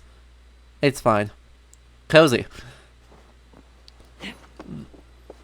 Is this, like, not totally rotted out meat? Seriously? Mother used to sing Seriously? and sleep by this hearth. Her voice made me feel safe. Sad. I have not felt safe since then. Not really. Indeed. Character development, or something. But yeah, I have actual dimensions for a large longhouse in the Middle Ages now. Ow. It's about 40 meters would be really big, 30 meters would be more standard. And, you know, doing some rough math here, let's just make the really bad assumption that Eivor is 2 meters tall. 1.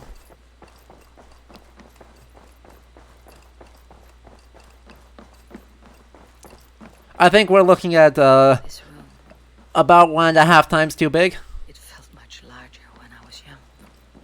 A lifetime ago, it seems. Also, you know, I don't know what they're making this parchment out of, but they're making it out of something really durable.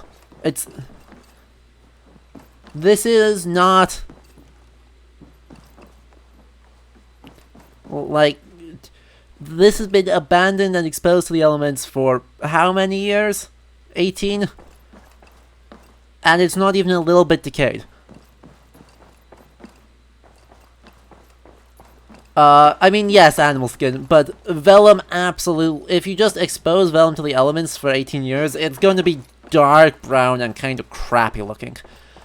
This, no. I still remember the Also, smell of the feast, the a anticipation tall of it. building would be maybe 2 stories, but this is 2 stories with a ton of room to spare, because, look, again, assuming 2 meters, looks like twice head height, approximately.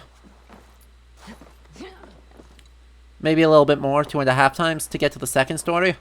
And then the second story has a bunch of space in it too. Like, there is a ludicrous amount of height to this building. It is actually several times too big. On the face of it, I don't necessarily despise that. Because the main, I guess, there's a practical reason for that of you need space for the camera to be able to turn around. But let's not kid ourselves on how big something could be. This is too big in every dimension possible by a lot. And as I mentioned on the last stream, these shingles, no, it's not how that works. Anyway, somewhere up here there should be. I need your eyes, my friend. Indeed. Underneath this, there are some things, which says right there. There it is.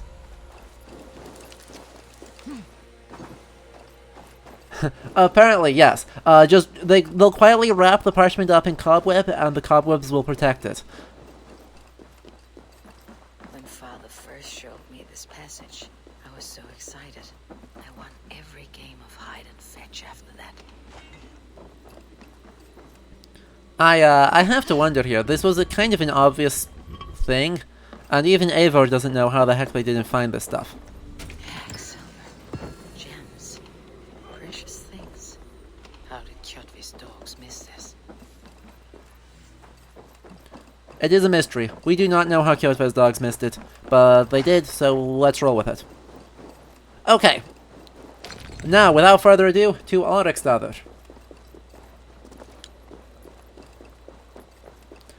I don't know. You know, I genuinely don't know if hide and seek is copyrighted. I suspect part of it is to, like, be a recognizable game. Like, be a super recognizable game, but also not quite, have it be different, because we're in a different culture. So we're having it culturally familiar, given a new form.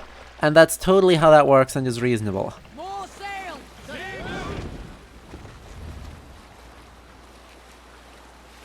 Anyway, let's hear more song. Sea skull among you. You might not be aware. No. I am a man. Here's a tale to tickle your side. There we go. I think this one's actually Ailsa. I was drinking in Stavanger with some companions. Yes, sure you were. In the mead hall where men No, and oh, girls Sneglu Hatley. Yay! A poet named Halli, called sarcastic Halli by most. 7 ale horns into his night, Halli stood upon his table and called across the room to another man, a skald named Tjodolf. Tjodolf, he yelled. I can compose a more beautiful... That's Norwegian pronunciation, by the way. Tjodolf instead of Theodolver. The room laughed. Tjodolf loudest of all. I accept your challenge, sarcastic Halli, he shouted. Allow me to begin. Tjodolf then spoke this verse.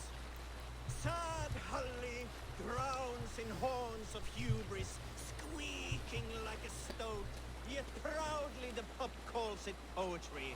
The room laughed again, with Halli joining in. Then, Halli tripped across the room and I mostly want to let these play because this is actually a scene from a saga. Well, actually no. This one is, I don't think actually is, but it is. Okay, so that one is actually uses a saga character. I don't think the actual story is from a saga.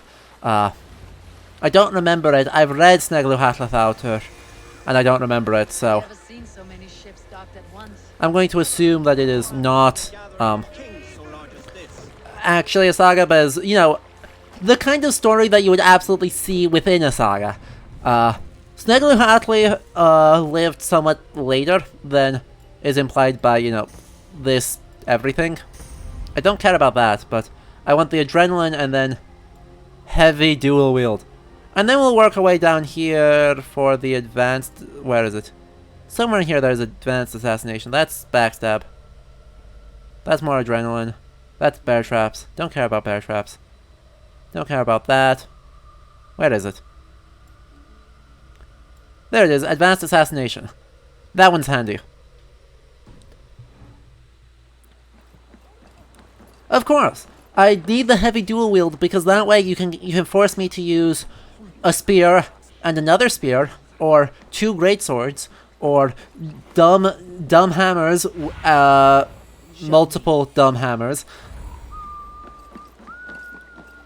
Like, I can't do any of that if I don't have heavy dual wield. We're not gonna do that with World Event. You know, never mind. We are not gonna do that.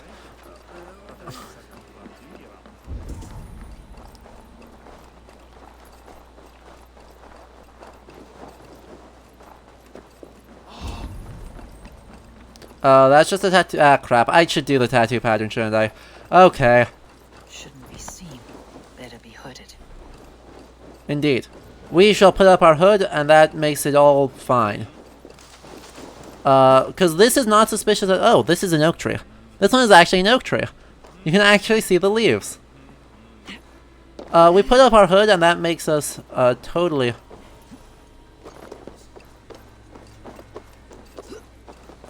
Totally fine. Nothing to worry about here. Ah, crap. I screwed up. Oh, well.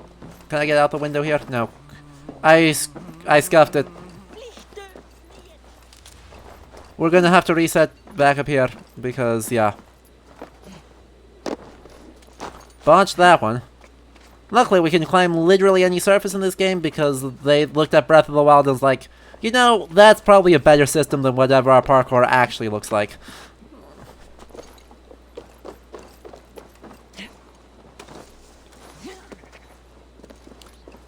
Oh yeah. You know, no one wears hats in this game, except like that one guy right there. Literally no one else wears hats, but wearing a hood makes us less conspicuous.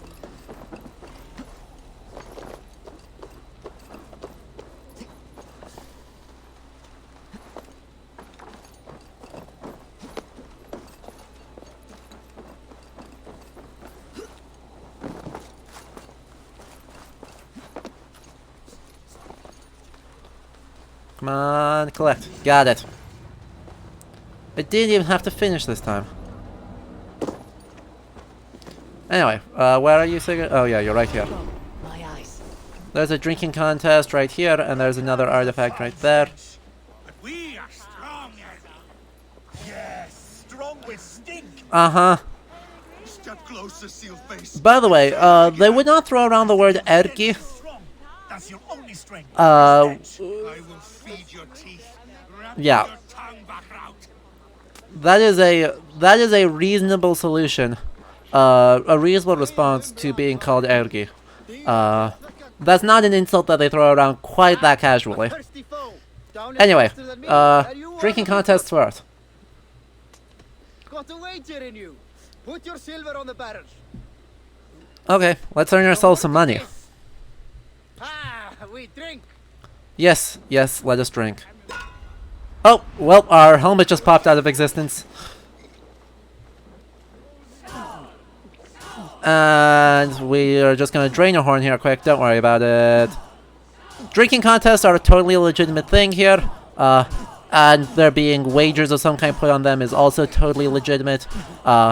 though it would often be in the context with a judge of a royal court, more so than just kind of happening all over the place. But, you know, it happened. They happened, feasts, chieftains, or just in general, you know, having a party.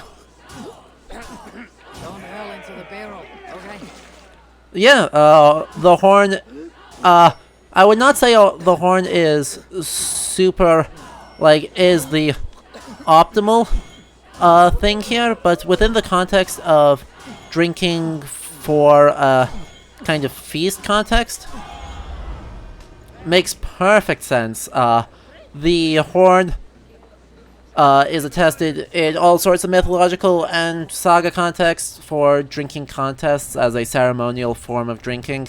I think we've actually found a few, just kind of ones that look like they're meant for general use, but I'm not super confident on that. And I, however, do not think that just having the alcohol out here in a bucket is the ideal way of doing it. I would assume that it's in a barrel, and then you broach the barrel, and then it sits open in the center, and is a kind of communal thing. Your heart's desire, Eivor. Yet by the look on your face, you have Yep. lost your will to live. Gorm is here with the last of his men. Why does that troll dare to show his face? Leave it for another day. We are here under Harald's truce. Gorm is too weak to Free try drinks, anything. yes. Part of the generosity of a feast, Vesla, is that absolutely that you would Tonight, Eivor. be generous with giving out beer. Probably not so much mead, though. Despite the cultural importance of mead within the mythological corpus, mead is... turns out you need honey to brew that, and in Iceland especially, there aren't a lot of bees. So, in Denmark it's way more common, in Iceland, not so much. But, absolutely in a feast you want to be giving out free drink, good food, and then gifts as part of your social economy. It is fortunate that you were able to succeed where he failed. My resolve was strong. When you slew Kjotve, did you see a sigil on him? Also, yeah, I'm not sure why the Order of the Ancients uses Yggdrasil as their order, or as the symbol of their order these days. I'm still not sure what the heck is going on with that. After all, Odin appears to be not on the Order's side. Already looking for another princess. Alright, I'll bite.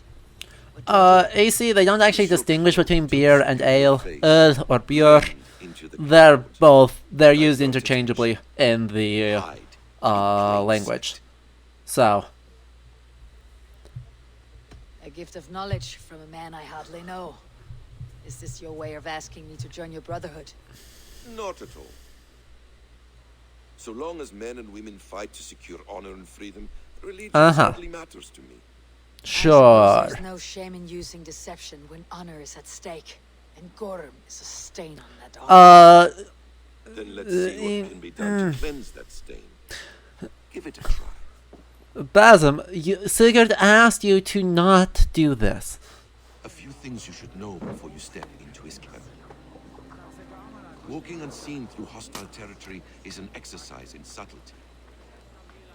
Is that so? We are totally unsuspicious with... Hang on. A hood makes you forgettable, dismissed at a distance. Remain far from watchful eyes, and you will be invisible to them. Do you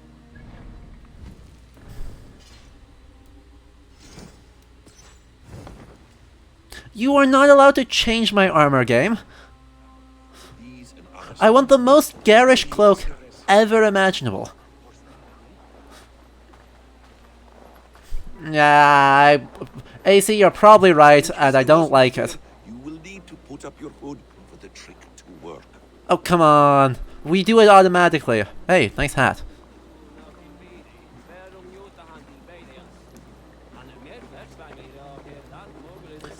Gorm is there, in the camp ahead. Uh-huh. The cape is the best part of it. We are totally, completely subtle with our giant cross and red and gold and giant shoulder plate.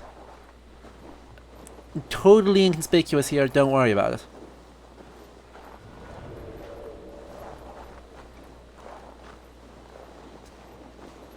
I'm just gonna not walk next to these guys. Drinking mead on an empty stomach. Uh-huh.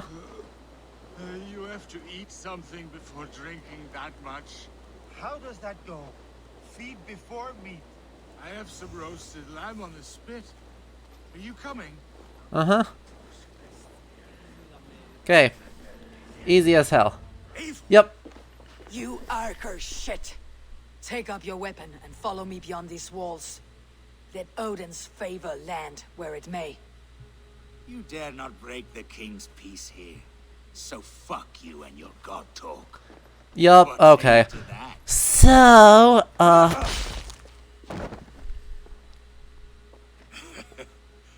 You can beat me, but you will not kill me.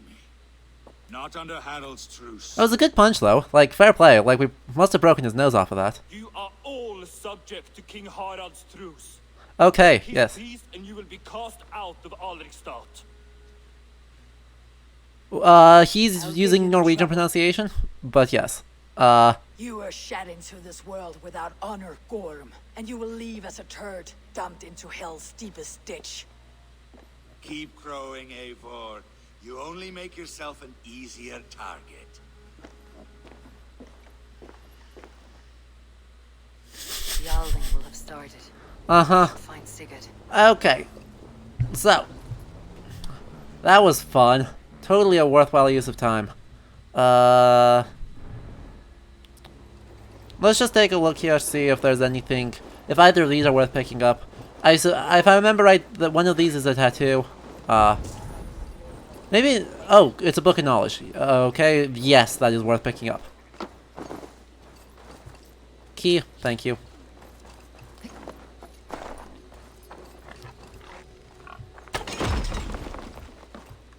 Nice. Just exploded. I think we just exploded a bunch of rocks. Don't know how, but we did. And yes, we have a book in the basement on an altar. You know, there's clearly a highly well, not an altar, on a podium, but still a very clearly, well, honestly, it almost looks Gothic design to me. It doesn't look particularly early English. It doesn't look particularly Carolingian to me. It actually looks most like it's a later Gothic kind of style book stand.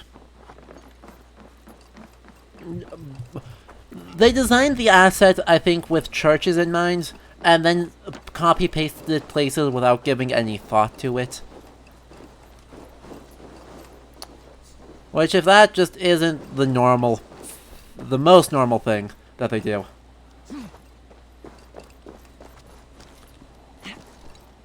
Exactly. Niram, you summed it up quite well. That is kind of my assumption here of, you know, they have to be doing things intentionally. They're not just doing stuff because they think it looks silly, or looking cool is one thing, but they're not just putting stuff in places for no reason, I would assume. Anyway, I got a tattoo design for you all, so remember, if you want to force me to wear tattoos, despite them not being a historical thing, I guess you can do that. Yeah. There's probably some new people in here, so just to kind of repeat that quick thing, tattoos are not actually historically attested. Made with the finest ingredients. And buying is frustrating. We'll buy like 100 of these though. You couldn't have made a better choice. And we'll buy like 100 of these, because it's upgrade materials, and voila. Exactly. Easter eggs are different though. Easter eggs are... The intention is to throw in a joke or a reference or something, but otherwise is totally incongruous. So, like, that makes... As far as that goes, that makes sense. Anyway, let's upgrade that, because they told me I could. These are done, these are done. Let's improve some of our armor here, since we've got the materials for it. Voila. We will have to probably, every merchant we're at, kind of just buy stuff. But anyway, let's go here, take a look at our... Well, our plot. And Haraldur Harfari. Oh, by the way, I don't know why leather costs 1 silver. This is a purely, like, gameplay contrivance that makes no sense in World. Because, yeah. Why? Why would you make leather cost literally nothing when it is an incredibly versatile material that is generally really, really important to be using? But yeah. Yeah. It pains me to say. He does. Nah. Thank you. Whoever takes off a cloak. They will come. Oh, gods. I hate those speeches. Sigurd is not very good Only at when it. you're not giving them. Uh-huh. Many of you knew my father. Rude. Alexander Black. Okay. Great man. Now we gotta actually see Haraldur. And this scene I actually quite like. Near our temple. The crops have never grown taller. They buried his arse near ours, and we get nothing but a muddy river. I dream of something greater. A vast kingdom of warriors in numbers the world has never seen. United under one king, one rule. Too much blood has been spilled fighting one another. He is found in a lot of... Haraldur Harfari is found in a ton of sagas. He's basically the reason for the entire genre of the Saga of Icelanders, but his father, Halfdanr, is found in a couple of sagas, including Harald Saga Harfara in Heimskringla and Ynglinga Saga, and in Fagerskina.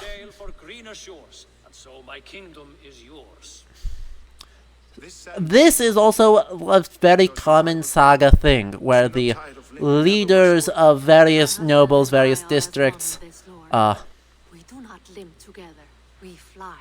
I'm sad to lose a woman of your spirit, Ljuvina, but I hold no grudge. May the fates grant you good luck. Indeed, I like her too. I offer you my axe and my oath, ironclad. So, yeah, she is in fact good. I hope she shows up again. I've not run into her yet in England, but anyway, the idea of lots of nobles who had claims of their own to chieftainships, to king, or indeed petty kingships, This is a serious charge, Gorm. and a false one at that. My uncle saw your father good. die. So, Eivor Wolf-Kissed. You are Kjotve's slayer. in the sagas, these nobles try to get along with Haraldur, but he basically tries to gobble up all of, what should we do? You guys tell me what we should do while I'm talking here, because I need to finish this thought before I get distracted again. Yay! People don't like him, because he's gobbling up all their land, oftentimes with violence if they are not submitting peacefully. And so they leave. In Egil Saga, Kveldulfur leaves with his young son Skallagrímur, Egil's father, after trying to get along with Harald for a couple of years, and then goes like, nope, we're done, we're leaving, we're moving to Iceland. Who's his... what's his name? Kenneth Flatnose leaves and becomes the king of the Faroe Islands for a while, on much the same terms, before moving to Iceland, settling in Breiðafjörður, or more accurately, his daughter, Eivor the Deep-Minded, settles in Breiðafjörður and becomes the leader of kind of that district for the rest of her life.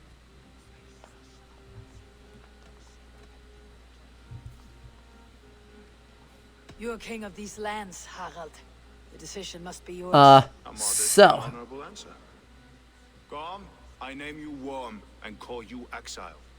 Leave these lands by the It next full moon, is... or I will feed you yes. to the crows myself. So this sequence in the game is being born directly out of the sagas. It's showing simultaneously The floor is yours, King Styrbjörn. the idea that people did like Haraldur. Very many of them did, and he is modest and generous and a great warrior and leader. But all here have buried friends, brothers. A lot of people also left, and they went to the Orkneys, they went to the Faroes, they went to Iceland, and it is likely that some, as we are about to do, went to England. Those who seek war look beyond our shores. Now, Styrbjörn has not warned us that he is doing this. Then I am happy to bend my knee to him. What? Sigurd is not happy. What are you doing, Father? Securing a lasting peace, Sigurd. Indeed. It's far more common that it's going to elsewhere, Orkneys or Iceland. Not a word. And I will not yield the title that should be mine by right. Then war will continue. Men will die. But, you know, it's a warrior elite culture, and war continues. War continues after Haraldur takes the throne. The historical Haraldur, such as he was, probably doesn't control nearly as much land as the sagas claim he does.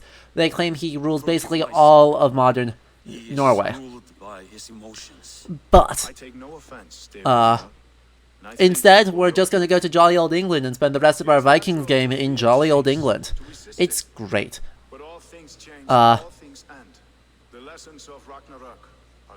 So, Ragnarok probably hasn't taken its main form yet. The oral tales are probably circulating, but I just want to throw that out too. Ragnarok, in the form we see in Völuspá, the Seeress's prophecy, takes the form of takes its modern form most likely in the reign of Haraldur's great grandson, Hákon Sigurðsson, Hákon Jarl. I dream of a glorious death, but not at the cost of betraying my family. I wish I understood you better. For those I do not understand, I do not... Anyway, let's talk about Bjarmaland, because Ljufina and the idea of a Norse... Exactly. Take tomorrow to think on this. But let us leave these matters for another So, let me put this thought together. It is a very common thing, both historically and in the saga corpus, for there to be individuals who are born and made who marry into Bjarmaland, Lapland, Finnmark, Finnish or Sami peoples intermarrying with Norse chieftains. It is usually a Harald may be young, but he's clever. Yes, please stop talking so I stop getting distracted. Very quickly. So, it's usually a Sami woman marries a Norse man. Actually, it's quite rare in the sagas to see the other way around. But it is indications, and rightly so. I don't know why I'm sailing. I've done everything I need to here. Oh, I'm in Fornburg already. Why am I actually leaving at all? We warped back to Fornburg when I wasn't paying attention. Deadly cold. Oh yes, we're going to get a lot of Ragnarok talk. We'll talk more about it then. I don't know why I went up there, but we're going to do a couple of big fights here, and then we're going to take our ad break, get going into... So, let me mark where we're going. We're going up here. This should not be the right road.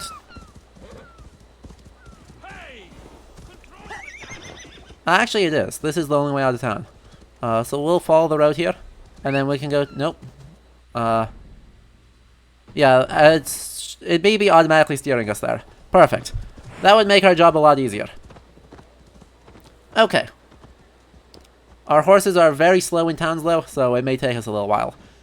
Anyway, some examples of someone from Sami Norse intermarriage actually comes to us from Haraldur Hardfagri. Supposedly one of his wives was the princess of Finland, essentially.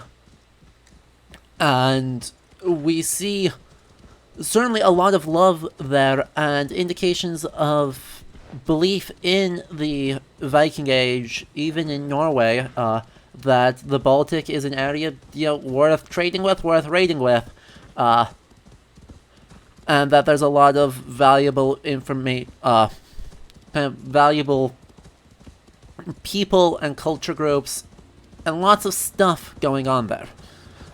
So it's cool that they made sure to show that off and indicate that, the Sami people exist in this world. That one thing I think this game does better than most, though it still could do better yet, is showcasing some of the diversities of the Middle Ages. And in the Viking Age, the fact that there were lots of groups. In that style of saga, it actually kind of does something different than most, because that saga actually has our first generation of people emigrating to Iceland be good friends with Harald instead of his enemies. And it's a very unwilling leaving. But it's Ingemundur the Old learns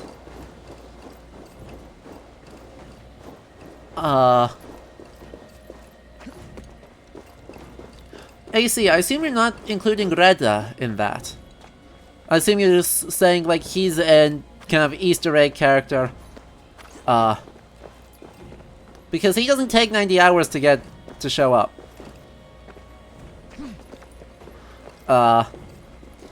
Anyway.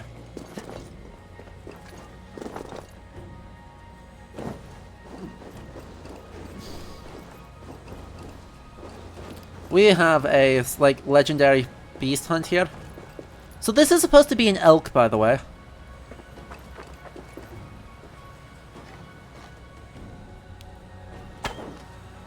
Oh, well that just didn't work. Awkward. Oh gosh, I'm gonna have to flail and stack. Yeah, the Elk of Bloody Peaks. Now...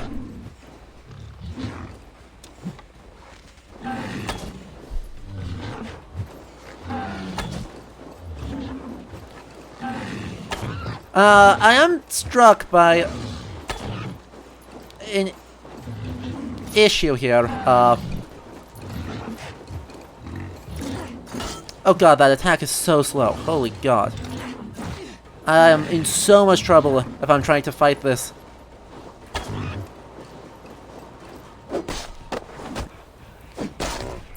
So I am struck. Wow, I just got owned. But I am struck.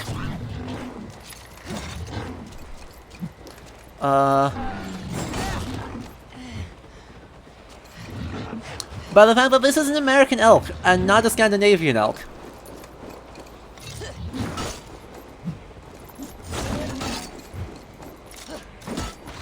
Ow. Ow.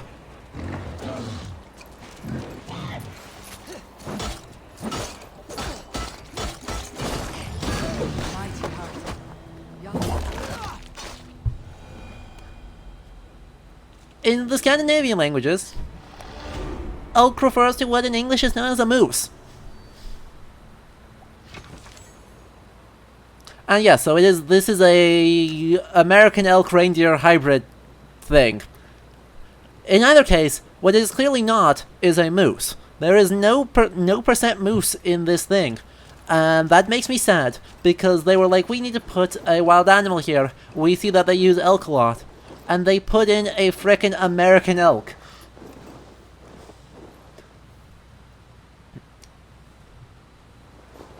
It is gamer time. We just did. Actually, there's a couple of things around here. Let's mark those so we can grab them. Since we're in the vicinity, I suppose we will see what is hidden behind the waterfall, if anything. There is nothing hidden behind the waterfall. Sad times. We'll have to go up. And then there's one, like 50 meters down the cliff this way. Yeah, cool. There's one right here.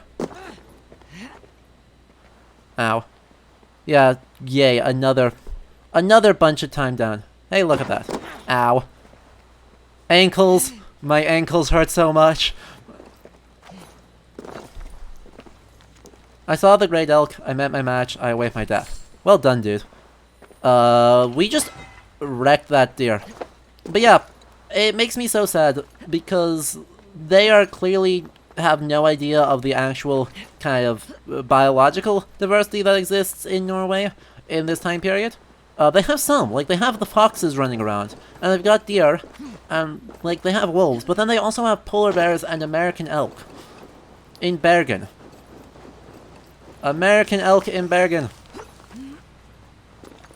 And so, like, I don't know, it feels like they're almost trying to make it easily understandable to American player bases, and so when they say elk, they will just put in an elk instead of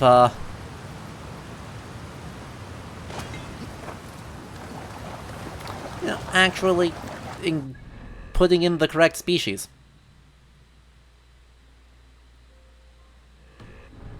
And yes, our food, yeah, near them, they renamed the raspberry bushes, essentially. They didn't actually, like, do cloudberries or crowberries with their actual thing. They just reskinned the raspberry bush. Well, raspberries do grow in Scandinavia, by the way. You can just find wild raspberries. You didn't have to make them cloudberries. You could have just kept them. But yeah, it's pretty much the same asset, so, you know, gameplay convenience or something. Anyway, so having, you know, done a decent job on the fight on killing that elk without getting owned, who's ready to watch me get my ass handed to me repeatedly, that's just a carbon ingot. That makes me sad.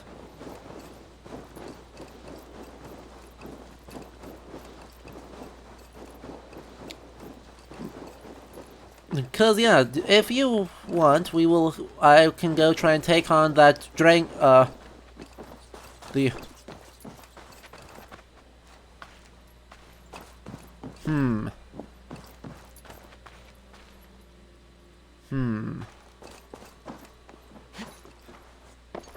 Are there suspicious oil pots around? I cannot see.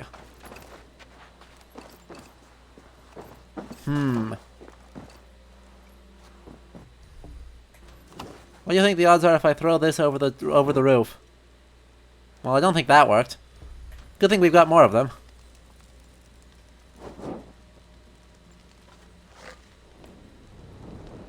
Nay? Ah, it did work. Perfect.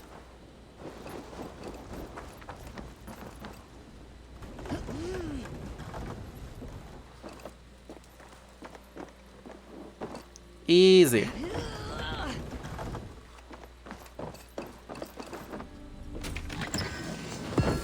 It's true.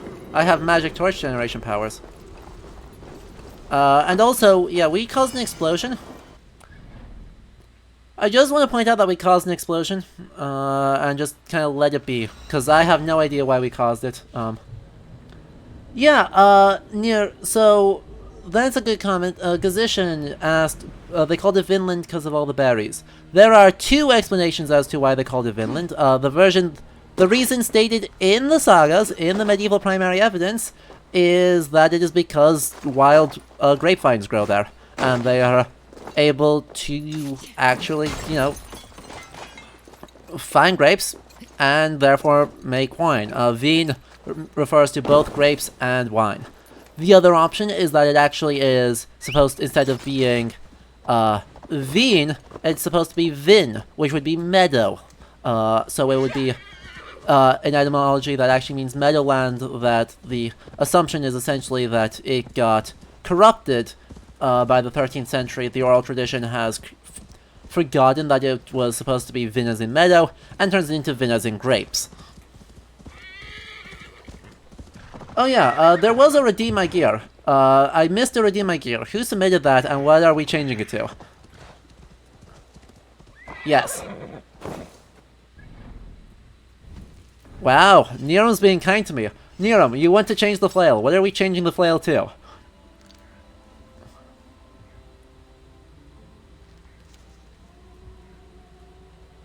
And Raptora, same deal. What are we changing? What are we changing? Your choice. Any piece of gear or cosmetic is allowable, except it may take me a while to do any cosmetics. On axes, we have this one. We have this one. Okay, that's it. We've just got these two.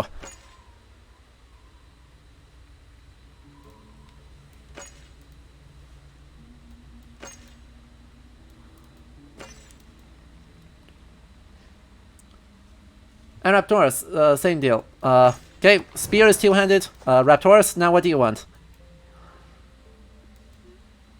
Oh, Kosek, that's sad.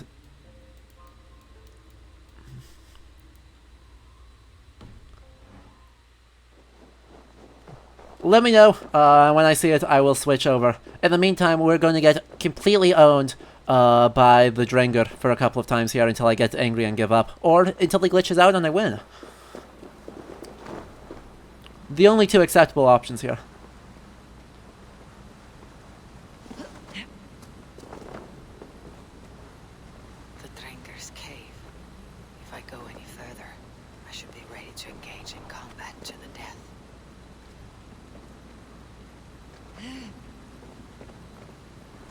With only one adrenaline so far, this is going to be an interesting fight. And also, I have very few arrows. Huh. Oh well.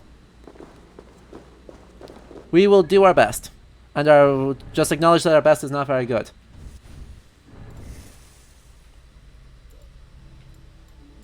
More health? Oh! I'm actually right on time to get a second adrenaline. Oh, thank God. Alright, let's put the Carolingian armor back on. I'm cool with that. We've also got, you know, dumb, fancy armor with weird ghost effects on it, if you would prefer that. And unhide that. Carolingian armor! Okay, so we've got two things. Please. It is with great honor I will... Very well. For Ragnar Lothbrok. No. No, he is not the true king of Norway. No. No. Ow. Ow. For the wandering Drengir do I raise my blade.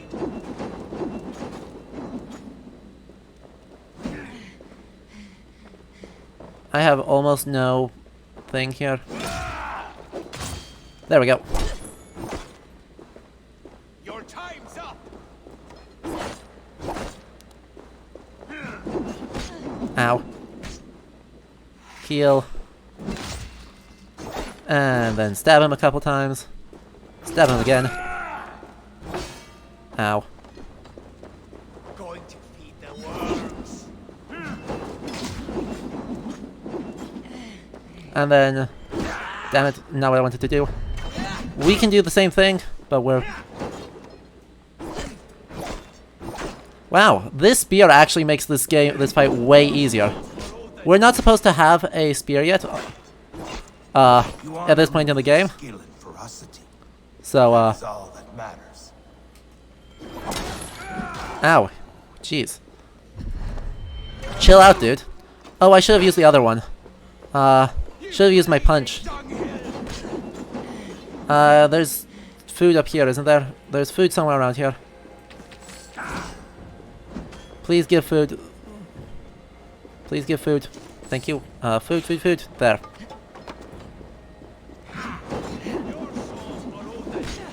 Ow. Stop trying to climb the damn thing and let me do this. Thank you.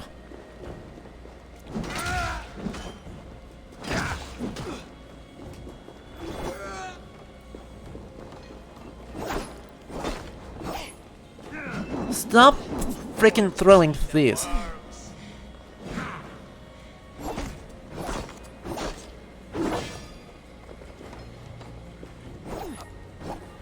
Could you stop freaking throwing the damn axes?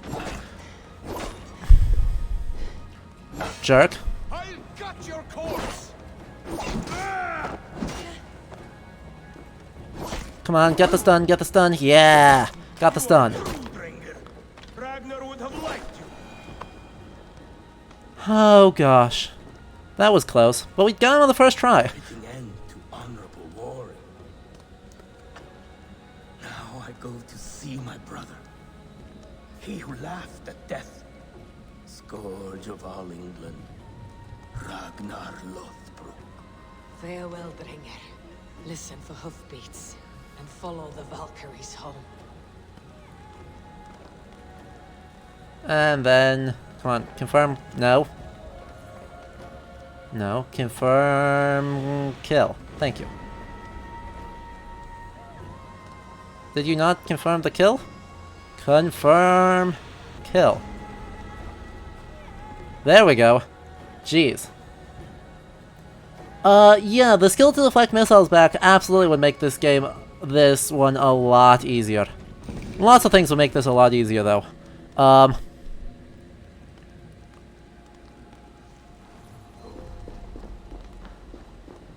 Anywho, there was a whole lot of talk here about, you know, this Drengur trying to seek an honorable death as a warrior and doing stuff. Old age is a kind of topic of great concern in the sagas, but it's pretty rare to see a lot of people bemoaning that they didn't die earlier, and a lot fewer people actively trying to get themselves killed. Because in general, it turns out death is unfun. Never could have guessed that, but here we are.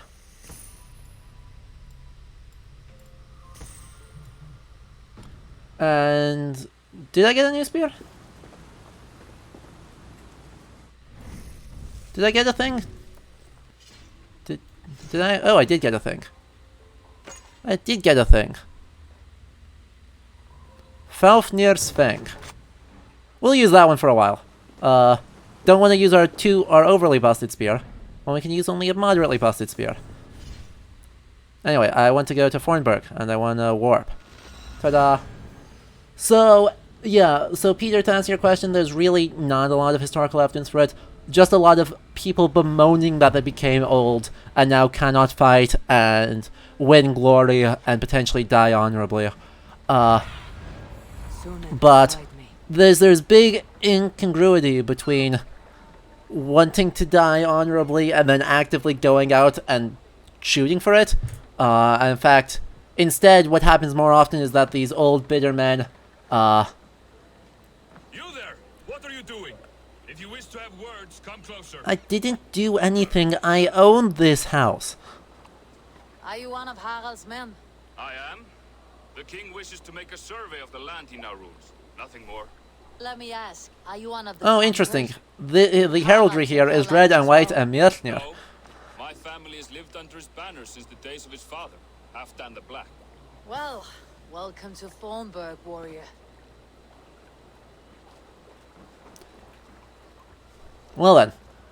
So. When Stead happens in, like, oh, what is it? One of the Thorkelsthouters. There's like 3 of them. Can I interest you in a game of Orlok? No, you cannot.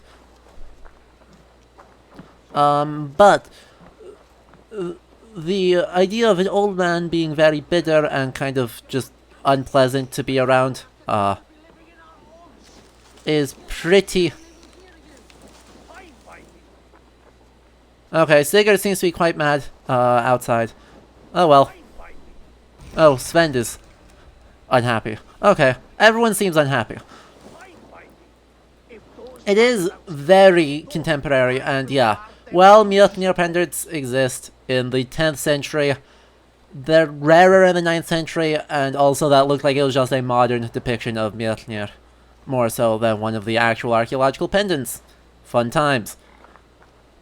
But yeah, bitter old men tend to be unpleasant, and staff-struck. It's Thorkel staff-struck, where his father causes lots of problems, and actually tries to kill the chieftain of the area after, sorry, not Thorkel, Thorstein. Thorstein staff-struck, and the come to an arrangement. But he's bitter and tries to stab the guy when pretending to be old and decrepit. Similarly, in Erbygir Saga, there's a really unpleasant old man who dies and becomes a revenant and continues to be horribly unpleasant for everyone for like 3 generations. They get really salty about not being able to win more glory, and it turns out badly for everyone else involved. Anyway. Now, everyone being very mad is going to go... And, we finally finished the tutorial. It only took us 8 hours. 7 hours. But that's about what I expected to do. We mostly got everything of interest in Raventhorpe. I got to see basically everything. But now, this is, as I said, an extremely saga narrative thing, where we are feeling really upset about this, and decide us with our family and our king group, and as many other people as want to come with us, are going to go forth and settle somewhere else. Usually it's Iceland, though. Usually it is not England. Is there any land left for a clan of our size? More than enough, wife. Of the 4 kingdoms of England. Oh, I see I changed my gear. What are we doing? I like this idea. A saga for the ages. I agree.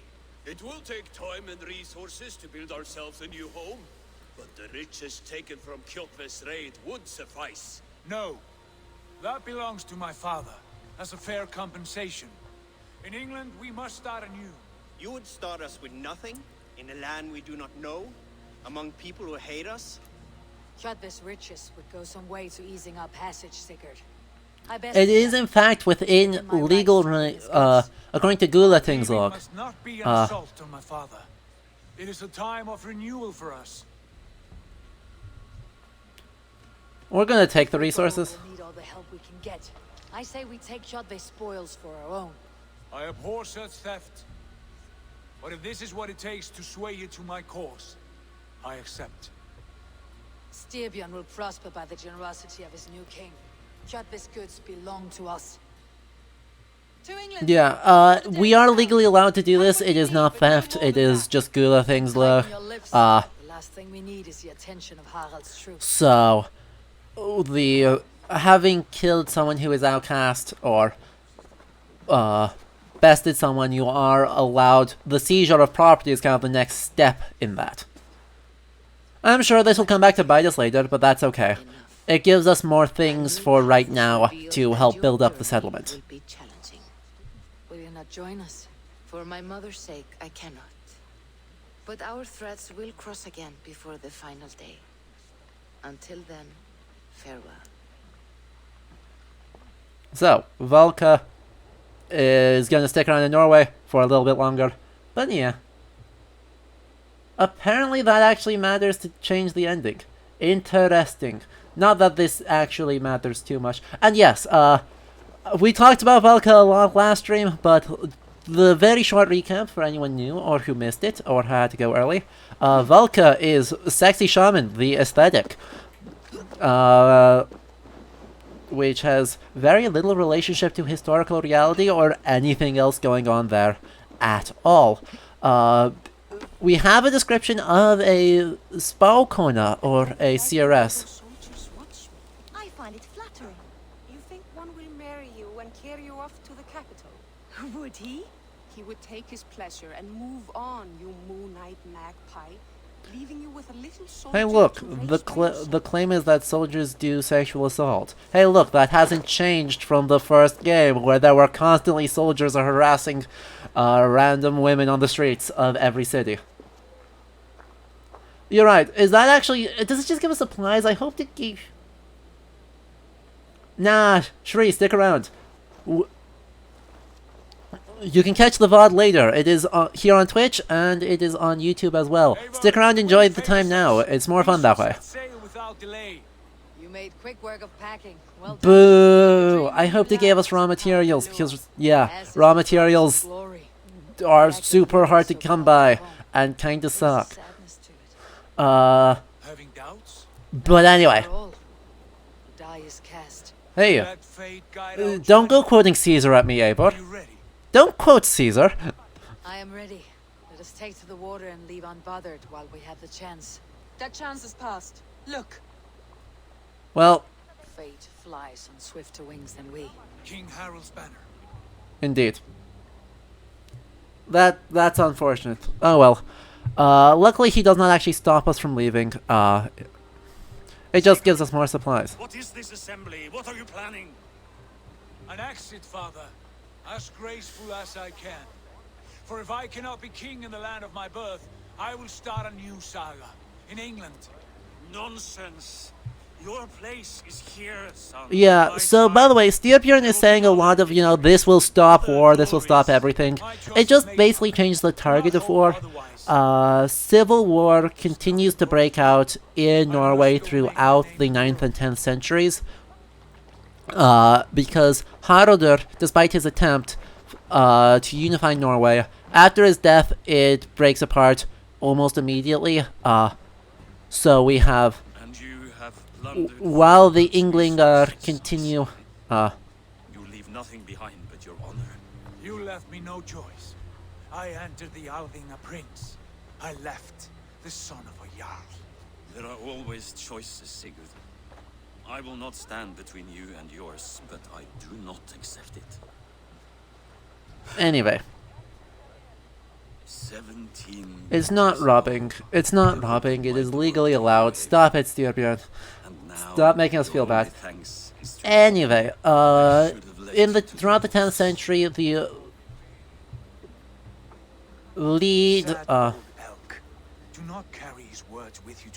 the leading nobles, sometimes within the royal family, sometimes without, continue to lay great claims to large parts of Norway and only sometimes accept the election of an England dynasty as king.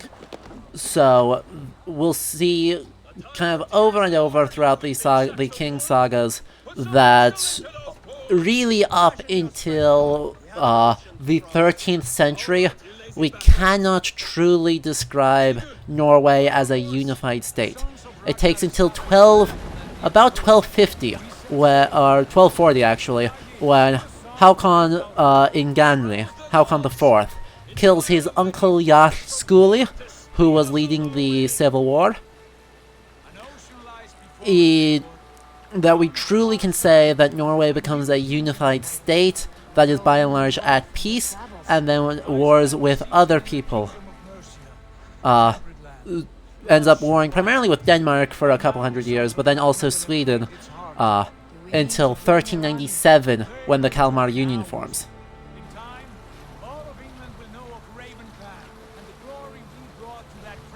Yeah, that's pretty close. It's very much a very similar idea here, where Haraldur unifies it, it falls apart under his sons.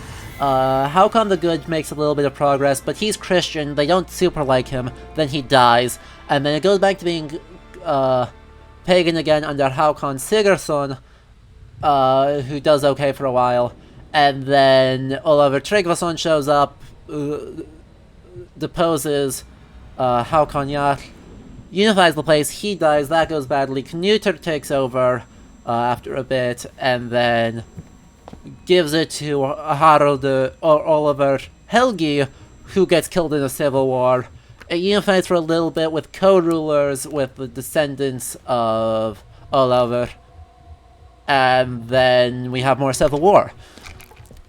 Not a great situation.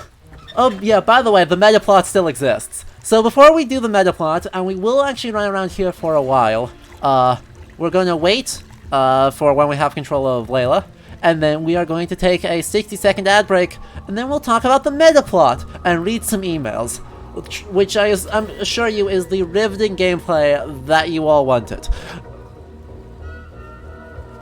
Oh my god, Annabeth, I completely missed this. You donated $100. Holy shit. Annabeth 182, thank you. So much. Dr. Circa told a worried audience that scientists have few answers for them. Since the mass coronal ejection of 2012, the strength of the Earth's magnetic field has increased by a factor of 50,000. This has resulted in huge disturbances in radio and satellite communications, dangerous bands of radiation around the poles, and as we can all see from our window... Oh yeah, by the way, oh, come on. Unfortunately, we are stumped Well, as to why this is happening. And if we cannot find an answer soon, it may change the way we live, the way we communicate, even the way we evolve forever. Dr. Circa went on to say, Bought you more electrolytes? Oh, new and improved citrus flavor. Thanks, Sean. Layla's having a rough time with everything. Layla has been, yes. The staff of Hermes Trismegistus has not been kind to her. She has not taken care of herself at all. How are you the key to everything? Thank you, Annabeth. I appreciate that so much. Yep, okay. So we're going to take a 60-second ad break, and then we're going to talk about some archaeology. And then some metaplot. But archaeology first. So, 60 seconds, and then we'll be right back. I'm just going to get a little bit more tea, and it'll be good. Okay, back in a moment.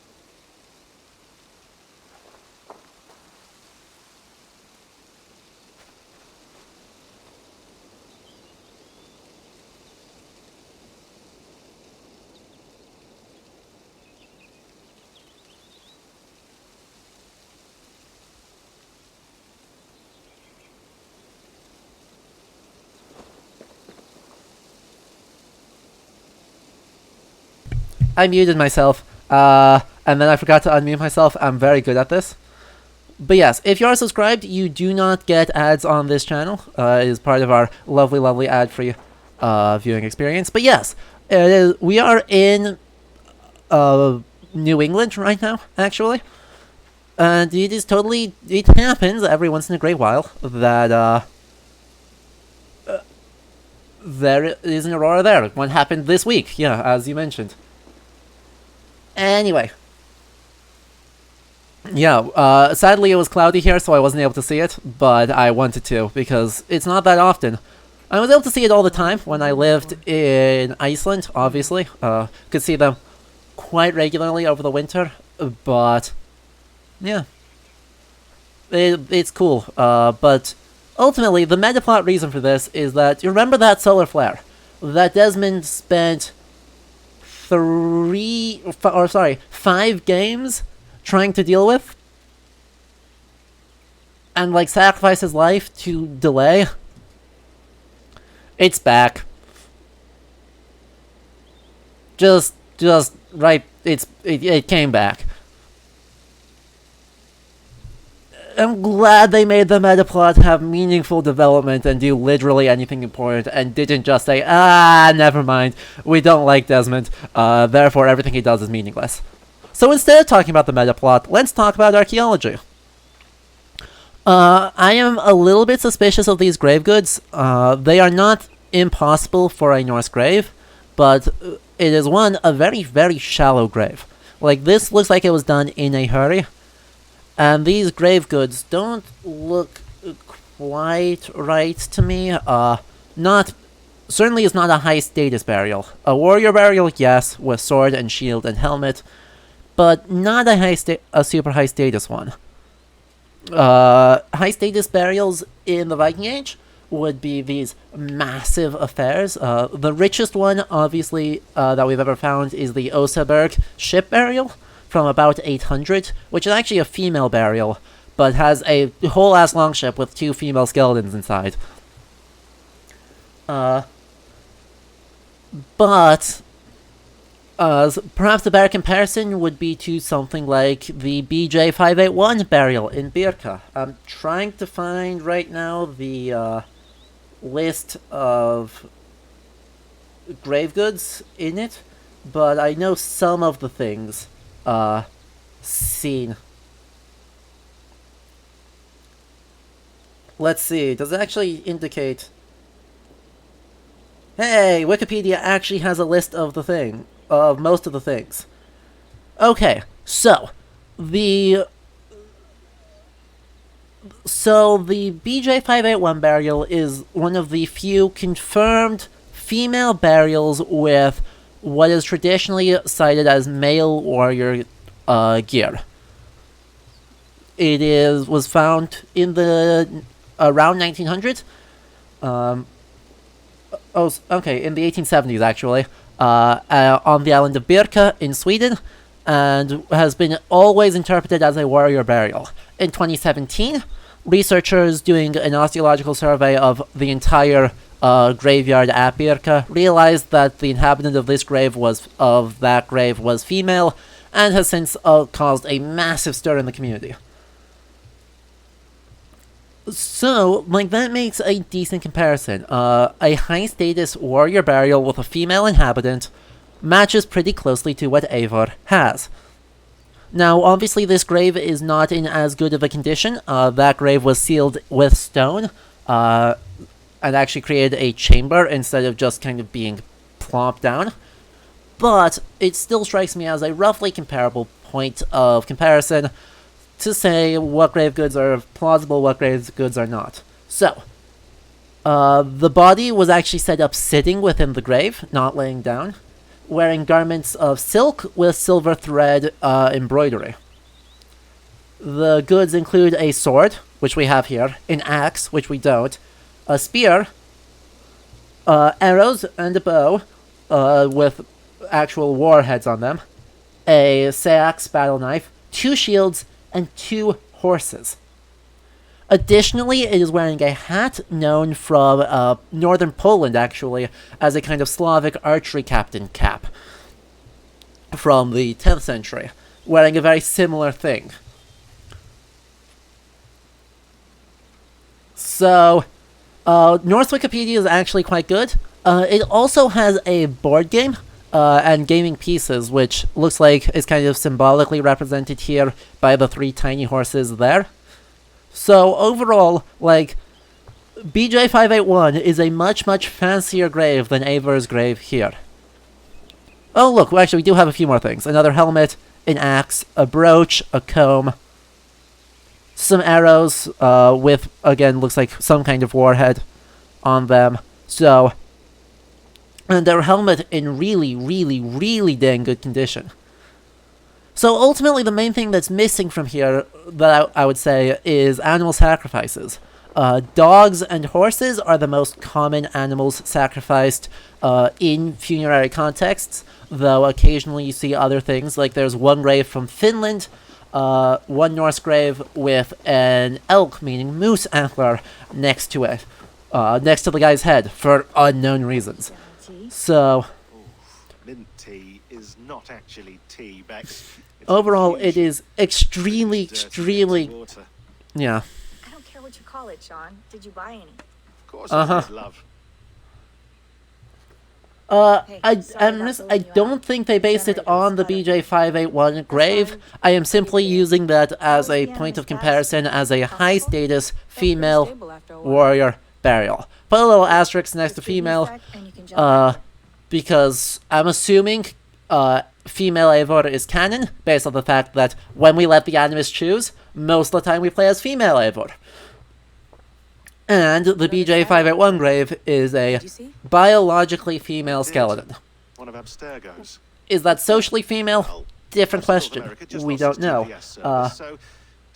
But yes, Sean is being incredibly posh about tea. Okay, we're all set. Whenever you're ready, you can jump back in.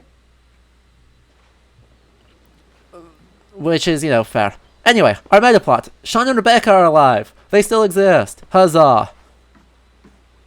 That's quite nice. Soothing. Also, yeah, by the way, did I mention we're in the US? Because we're in the US. Some quality stuff here. Why on earth we have a Norse grave from the 900s in the US is an utter mystery. And, this game will never explain this mystery because they want you to buy DLC. What do you make of the grave out there? Well, it overturns a few hundred. Exactly. A few hundred means about 500. A bunch of muddy bones, isn't it? It's about 500 years, because this thing on my neck for a second? Traditionally, the... Mood stabilizer. Yeah, so this is why Layla looks like shit. I mean, I feel good, but yeah, traditionally, the first person or European person to set foot in North America is said to be Leifur Eiríksson, the son of Eiríkur in Rauði, who founded the settlements on Greenland. I understand. And your old team, maybe they don't. Hello, Blues. We are in the modern day. Still, if you want to work with us and get to the bottom of why the world is about to end for the second time in 8 years, yeah, that is a problem. Otherwise, William's orders. I know. It's not a problem. It's just a few more weeks, yeah? Just until we figure this out. You're right. I know you're right.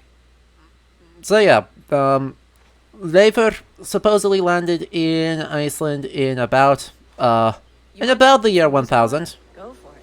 Cool. And the settlement in Finland, depending on your counting, says lasted anywhere from 14 years to 150. The pollen analysis people say 150, everyone else says 14. I went through hell to bring you here. It had better be worth it. Oh yeah, Peter, I know for a fact the base game does not explain how Eivor dies in North America. It will be a DLC thing. I expect it'll be the last DLC thing.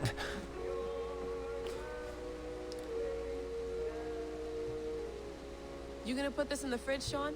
Of course. In half a minute. Remember, tomatoes go on the counter, not the fridge.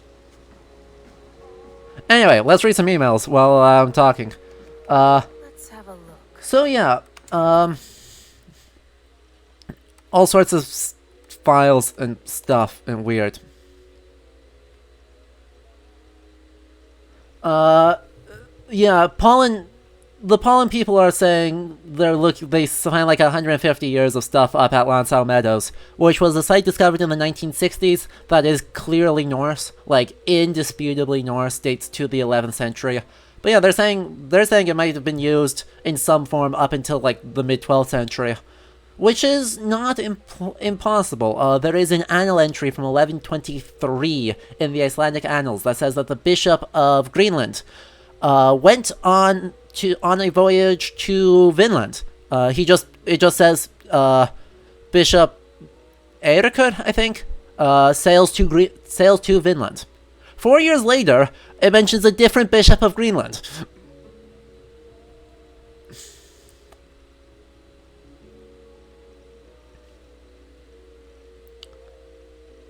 Anyway, whole bunch of like metaplot stuff. I'm not going to read this all. It doesn't super matter.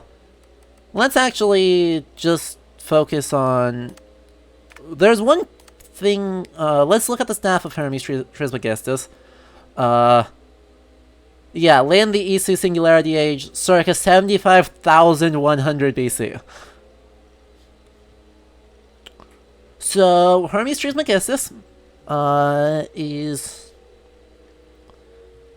not a real person. Let's just be clear on that.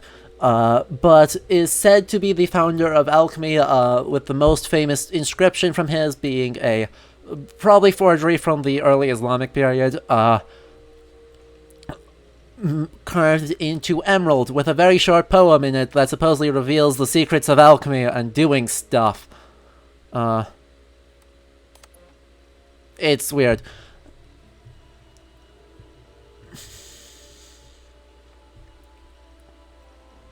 Anyway, assassin bureaus. This is something that is worth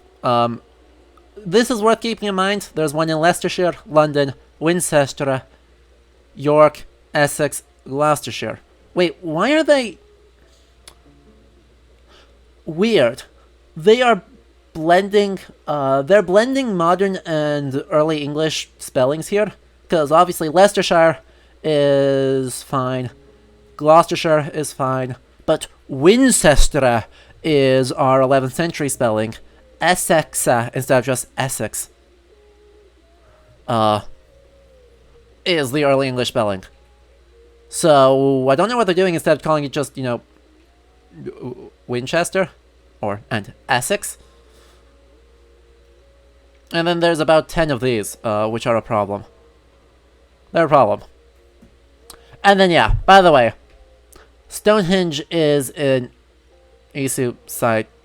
Also, yeah, Norse and Saxon songs and tales speak of them often, so keep your eyes peeled. These include such things as Excalibur, the sword Grammar,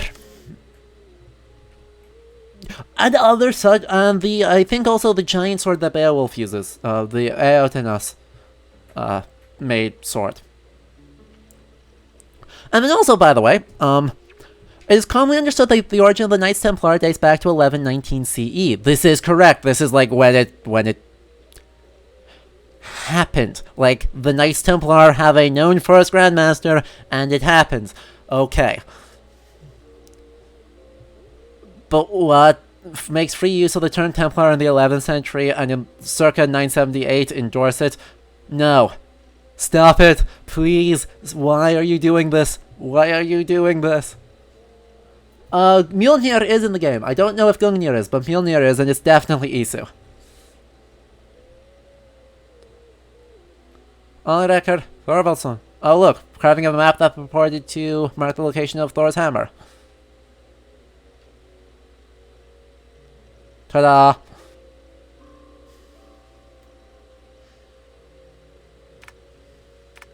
Anyway, there's one more thing I wanted to find. Where is it? Where is there's something somewhere about the Tambora eruption and the destruction of the Isu. And I don't remember where it is. Because these are Desmond talking. They got Nolan North to come back in and voice more things about Desmond, and it is currently the best part of the game.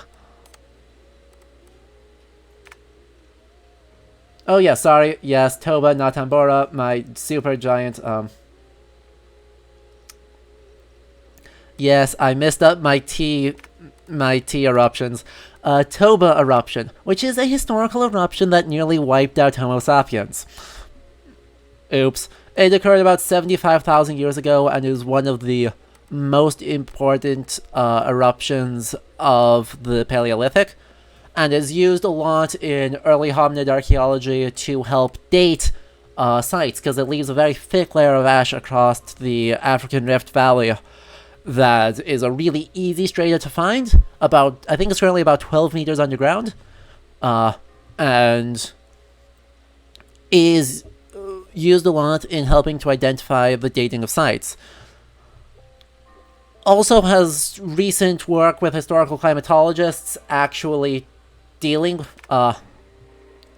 recent work with historical volcanologists actually, looking at the archaeology with the tephra layers has completely broken up the idea of a Paleolithic, Mesolithic, and Neolithic ages of increased technological advancement.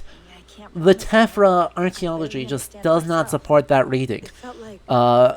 Big, hefty hand axes that are typically dated as Paleolithic and fine flints that are typically dated as Neolithic occur throughout the period. All of the above are used. Noisy.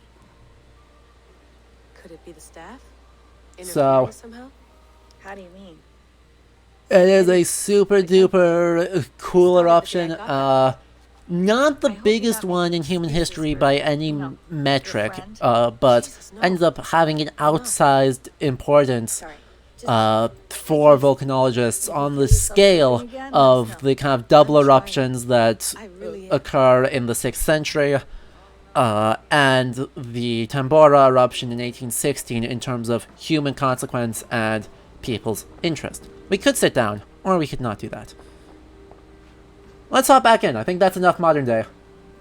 Does anyone have any more questions about the metaplot, or, want me to attempt to summarize what the heck is going on with the Assassins and Templars, even though I have not played a game since Black Flag before this one. Please water the plants once a day.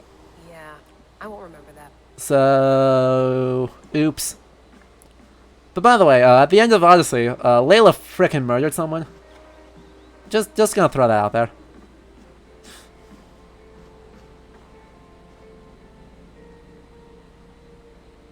Near him, I mean, it is a little bit wide, but I think I had a fridge that was almost this wide, at one of the places I lived. Don't forget to water the plants while I'm under, okay?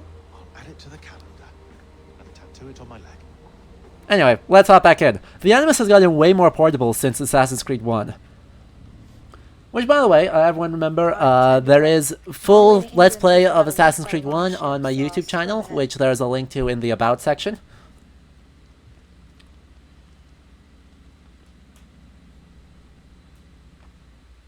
Ooh, camera shake! As a kind of baseline for what we're talking about. Sorry.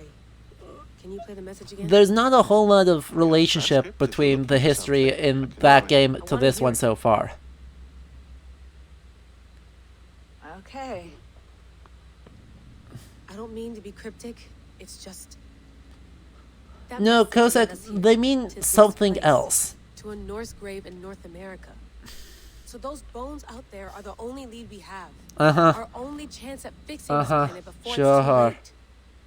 Here it is. I lived, I died, and now I sleep. Oh. Oh. In my sleep, I dream.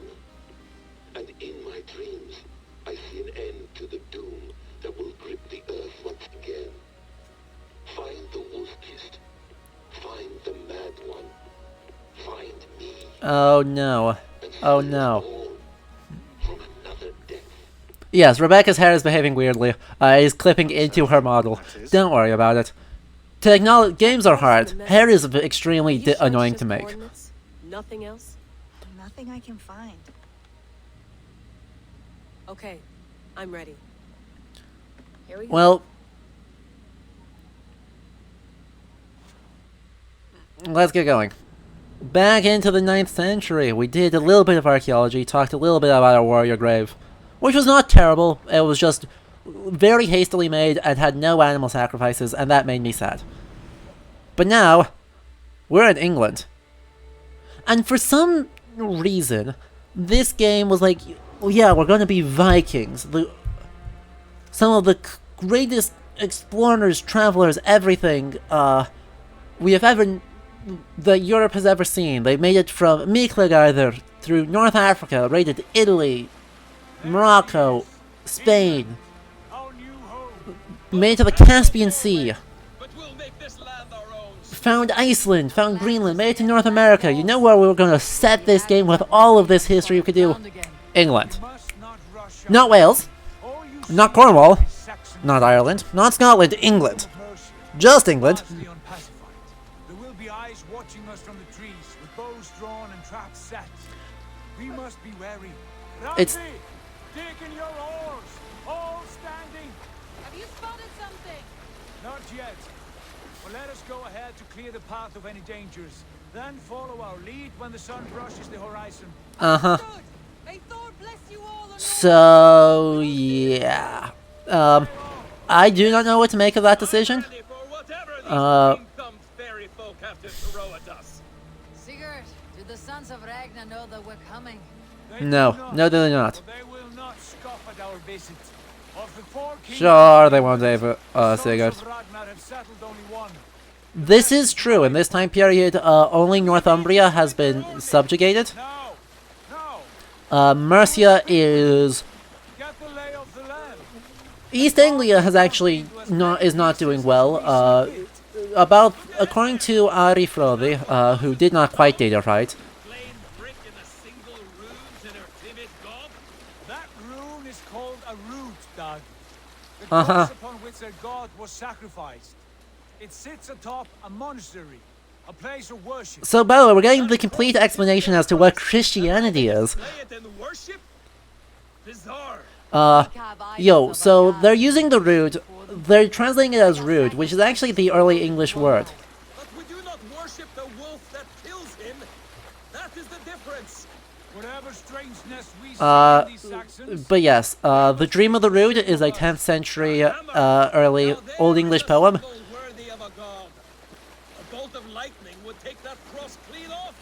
Doug, I've got words for you, and they're all shut up. But yeah, so the Dream of the Rood is an early English poem from the 10th century that kind of describes the feeling of the... Yes, they are. Baptism in river, good, correct, fine.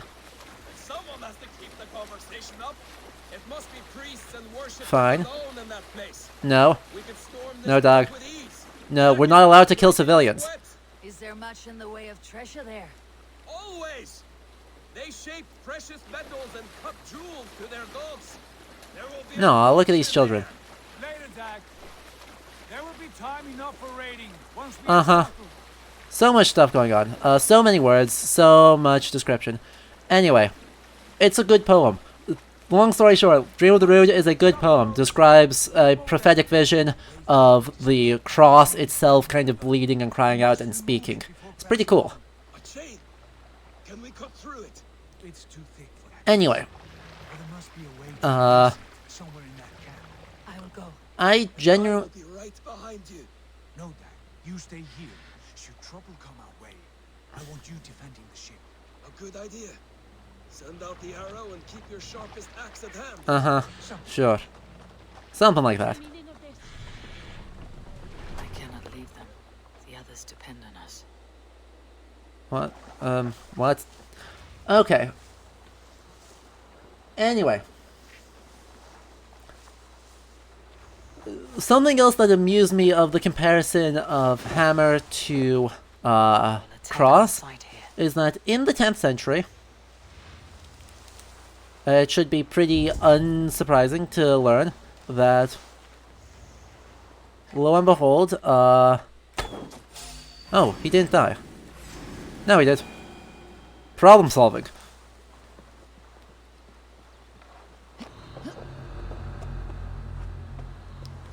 But yeah, in the 10th century mostly, we start to see the,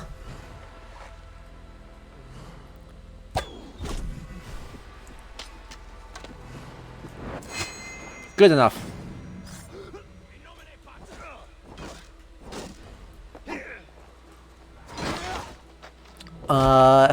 Words. I'll have a coherent thought eventually, I promise. Yes, we'll talk about the Mercian heraldry in a moment. But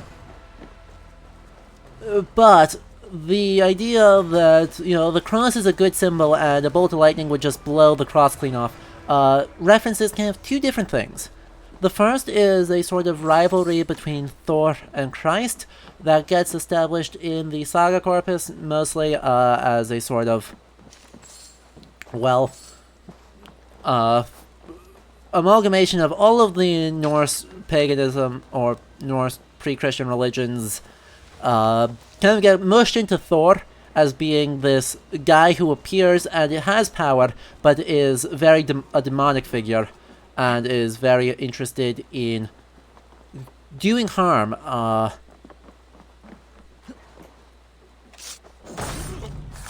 As opposed to Christ, and it exists in opposition to him. The other thing it references, though, is the kind of ironic issue wherein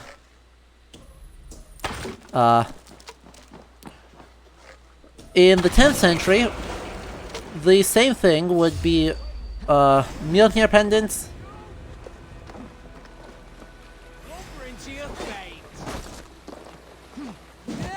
Ow, rude. In the 10th century, Mjolnir pendants and crosses were made as pendants using the same mold. You could turn one side and have a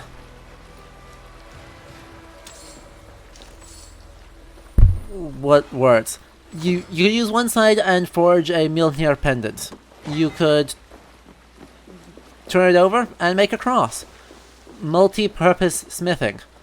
So it's kind of ironic that Dagur is talking about these two being so different and so different symbols when they are literally forged on the same mold. That was a lot of rambling to get to that thought, but that was the thought. Anyway, Mercia. So they are using a double-headed eagle with a crown for the heraldry of Mercia. Done. The path is clear. And it is not great. It's not the kind of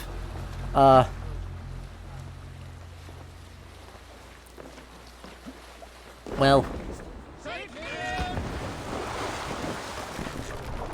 yes, it is using a fictional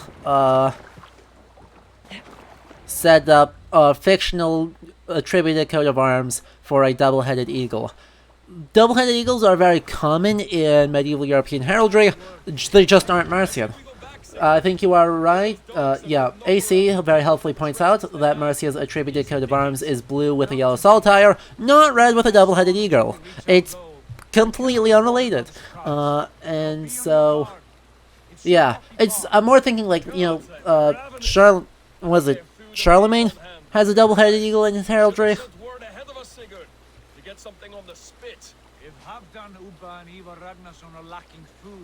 So that's kind of where my thought is on that. I can see it now. A suckling pig, tender and juicy. So, but why they're attributing that to not the Carolingians would be is interesting, and also it just ends up looking a little bit derpy. Like, it feels like they decided to make kind of badass heraldry, and then they use different, more simple, closer but still wrong things for other early English kingdoms anyway. So, every brick and stone tells a story of conquest and glory. And now they are rubble and ash. Yeah, it's at least, you know, the fair play to them is that there's at least a not rule-breaking piece of heraldry. However, the rule-breaking part of it is the fact that we are several centuries too soon. We are quite a few centuries too soon for heraldry, actually. It shows up in the 12th century. Only tents and a few men. The army we hope to find? No. Let us get a closer look. So, in the 9th century, none of these places would have been using heraldry of this form. But really the closest thing is the Raven Banner, which I talked about a little bit earlier. Oh, by the way, in here, Grantabridge Shira, in this new territory discovered, they are doing something really, really weird. That really, really weird thing is that the symbol on top, right here, is half of, well, for what is known as a Vegvisor. Specifically, I think it's probably the, let's see, specifically it's the Aias Hjalmar, probably, though I'm not 100% confident on that. This is not a medieval symbol. At all, even slightly. It's derived from continental European early modern models, and appears in the Islandsk Galdrobok from the 19th century.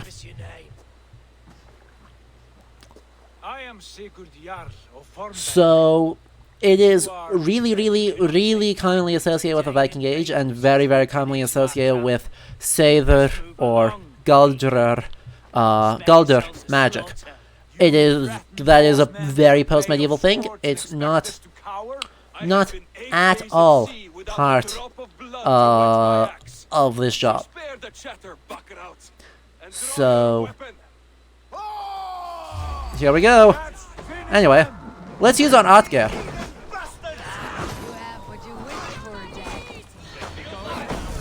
Ow. Rude.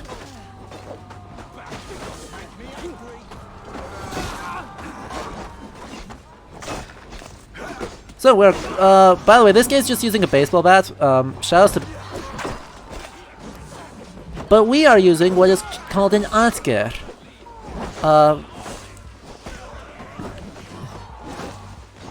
The Otger is often translated in older translations of the Icelandic sagas as halberd, which is, you know, just weird. Just let's acknowledge it. It's weird. It's not wrong. It's not right by any means. What it is instead is a sort of war spear with a broad head that could be used for slashing, but more often was used for stabbing.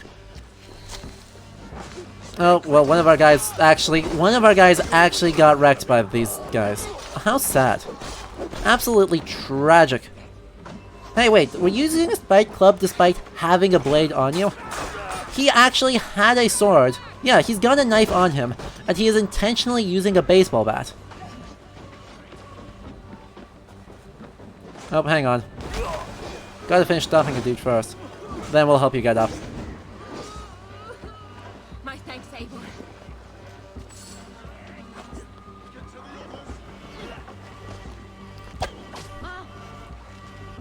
Anyone left? There's no one left.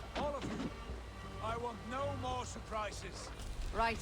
I will check the longhouse. Okay, well that was not difficult, even though we have forgotten to level up for quite a while. Let's keep pushing straight on. We are close to this heavy dual wield. We are in the right thing. Looks like 2 more level ups, and we will have our heavy dual wield, and then we will start doing other things.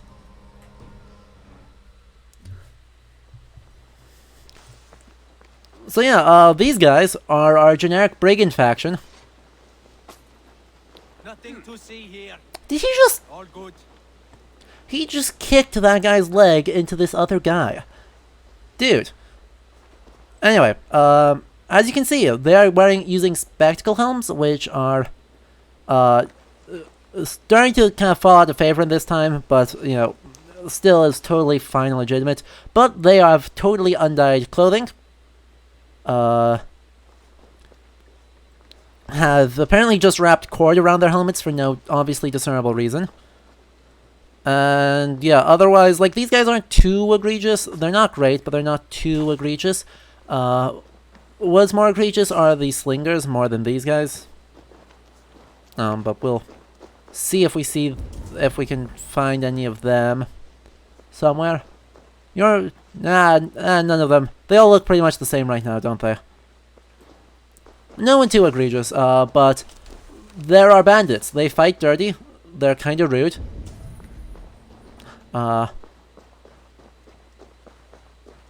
Allies, loot, stuff. But yes, they, apart from being, you know, poor and resorting to banditry and therefore using crude weapons and not being able to afford clothing. I'm not a fan. It's not super egregious, but it is still implying something here that is really dumb, because it's not like dyed clothing was expensive. It's not like you know, some kind. If they all had knives, they would prefer to use knives over just using a thing. Anyway, look at this. There's a noise trap in here. Might be something inside. I will have a look. The noise trap is made out of just like bones and stuff. Not, you know, bits of metal that will go ding ding ding ding ding. Ding ding ding ding ding ding ding.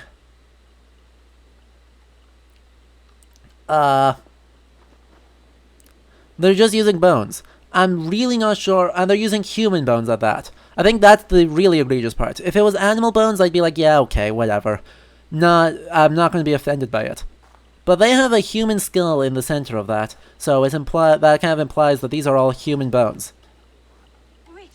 So, like, Are you with those brigands as well? not a fan. In here. Those men are prisoners. Anyway, conveniently, you know, this site that we are building up is totally uninhabited except for, you know, the brigands.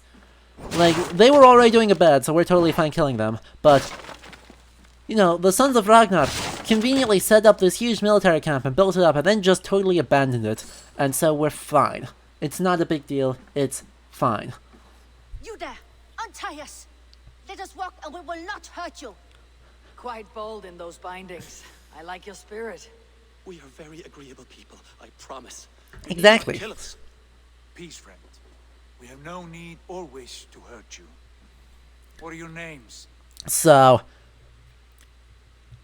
it is implying a barbarism and a brutality that doesn't make sense in the time period. Is essentially what these noise traps are doing. The Viking Age was violent. The 9th century was an extremely violent time. It was not unusually violent, it was not more barbaric than the rest of Europe. It was not a good place to live, but it was not unusually... It was not out of the norm for anywhere else in Europe. But they were gone when we arrived. So, yeah. We could enslave them, but we're the good guys, we don't do slaveries. It's only the other Norse people that do slaveries. And the brigands and bad people that do slaveries. Not us. Always paid me fair. From the look of this camp, they've been gone for and these guys don't despise the Ragnarsons. But, by the way, Yanli here is from China? It's not entirely clear exactly how far east she is from, but she's at least Central Asian, potentially actually from China. She doesn't. I don't think she have. At least as far as I have gotten, she does not explicitly say where she is from. What are you thinking? We could use their skills as we get. Oh, by the way, Sigurd has like a bracket with a cross in it. It's cool. My thoughts as well. Yeah. Any friend of the Ragnarsons is a friend So, of mine. Right, this is a case where our diversity maybe goes a little bit...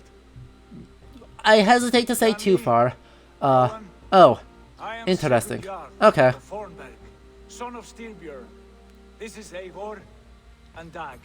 Anyway. Both of you are free to go, but so, to stay if you're willing to pull your weight. Our settlement here, Raventhorpe, is going to attract a whole bunch of people from all across it. We're going to get Sami people. We're going to, obviously, you see, Yanli is Chinese. Reda is Middle Eastern. We're going to get a whole bunch of eclectic group of people, English people. I think Petra is supposed to be Sami. At least I hope she's Sami. So it's being really, really multicultural and accepting. And that is okay. Like, that is... It pushes the bounds of what is historically attested a little bit past the point of breaking. The odds of finding someone from China in early medieval England is extremely low. Someone from the Middle East? Way more likely. Someone from North Africa? Actually pretty good. Someone from Moorish Spain? Historically attested. Someone from China? Not so much. But that's okay, because this is a spot where the game is trying to be careful on normalizing it and being really clear that, you know, it is a multicultural place. The 9th century is a time of cultural interaction, not of ethnostates, and is the game trying to be unfriendly to white supremacists? I'm not offended by that.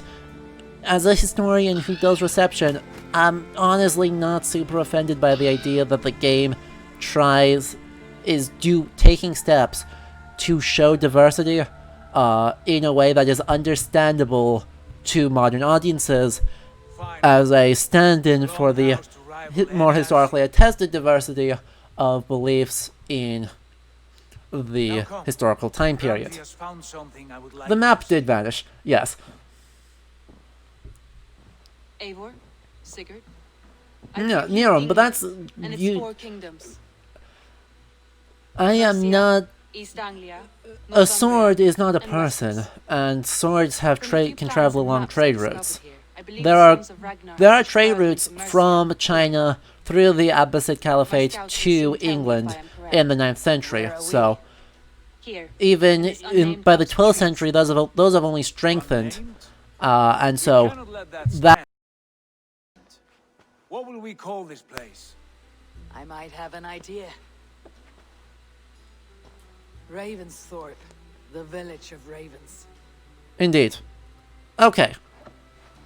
By the way, everyone wave to Kent and Sussex and Essex, the other 3 kingdoms that don't exist. Name will be known throughout all of England. A name is only a beginning. If we want renown, we must build, expand. Agreed. Yeah. We should begin with a forge. Can you help Gunnar get working again? We'll need cargo, supplies. For that our neighbors will provide, whether they wish to or not. Scarcely arrived, and now we must raid. It was spelled like that. Merely by asking. Most of the spellings in this are found from the 11th century Domesday Book. What else have you found? Short notes, mostly. Scraps of plans, old letters. A few runes. Also, yeah, apparently everyone is literate. Piece it all back together.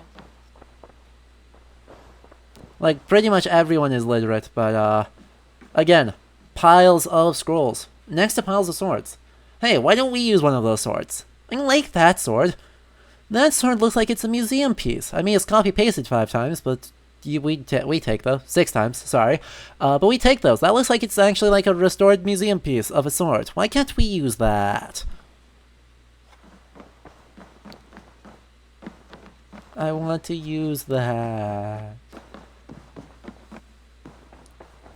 But yeah, on the map, most towns are using the spellings from the late 11th century Domesday Book, which is a kind of account of the sizes and everything. Seriously? Holger?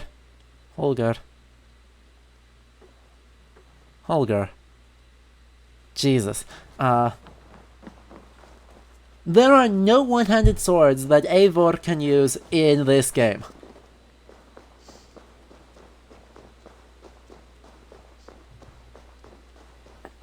It's actually awful.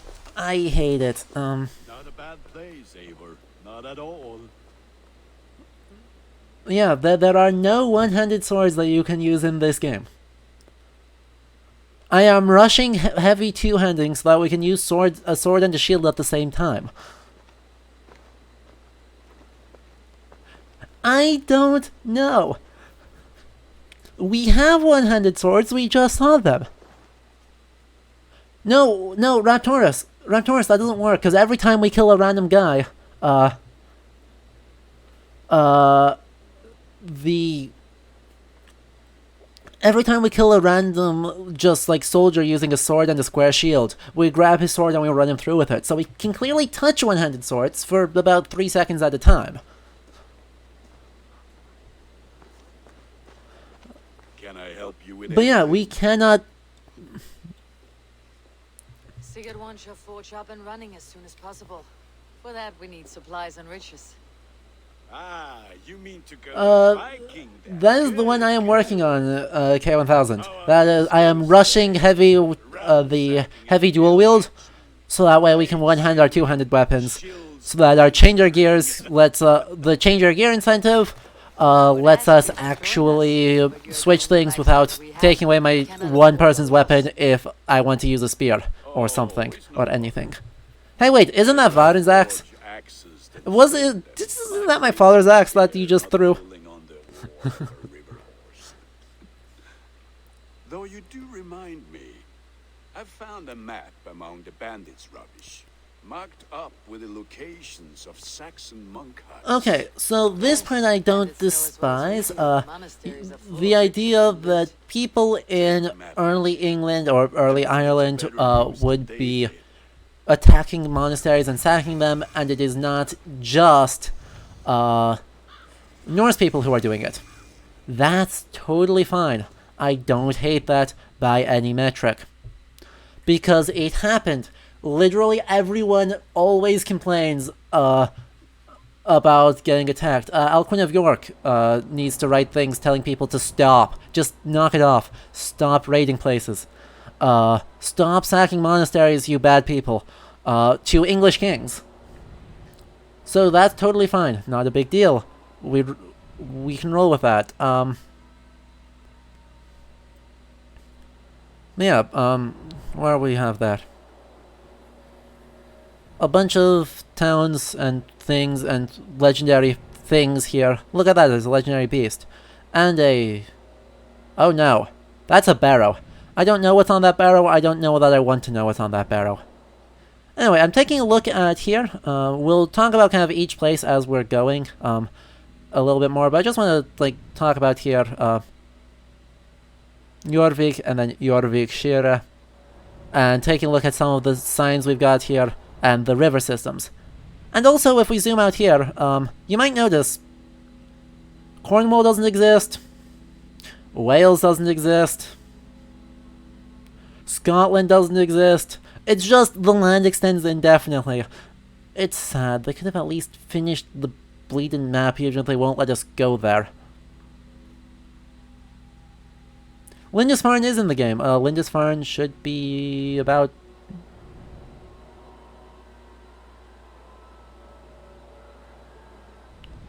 It's up the coast. Let's see. Well, it might be actually over here. I'm shocked it's not marked. I thought it was farther north, closer to Jorvik. I thought it was up... Oh, yeah, isn't... I thought it was here. I don't remember... I don't know for sure, though. Anyway. Oh, it may be, that chalk drawing. Also, in East Anglia, Sudden Who is, up here. I think this is actually supposed to be Sudden Who, which is a 7th century burial site. And then, let's see. Gloucestershire. Hey, look, is this the Wicker Man sacrifice out in Gloucestershire? Is this supposed to be Stonehenge? I feel like that's one. This one is supposed to be Stonehenge. So one of these two is Stonehenge. I think it's this one, but no, that doesn't make sense. It's got to be north of the Thames, so it's got to be this one.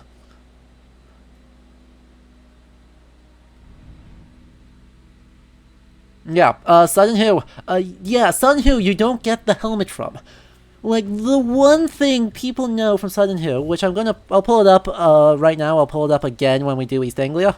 So give me just a moment to download it. And they just give us a frickin' shield. They reference even the guy that we think is buried at Sudden Who. Like, they reference the king that is buried there. They reference the other stuff, then they don't give us the helmet. Add new source image, please. Browse. No, I should have done. I did just download that, so please stop. Save image as in download. Oh, you didn't actually load the image. Okay, that's why. Save image as not a WebP. No.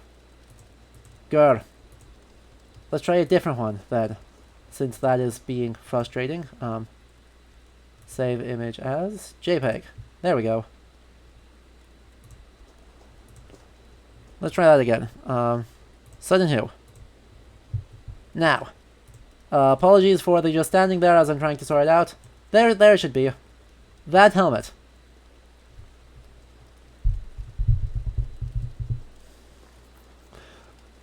Look at how pretty it is. Look at how rad that helmet is. And they could have like given us a pretty basic form of it, and then we upgrade to mythical and we get that helmet.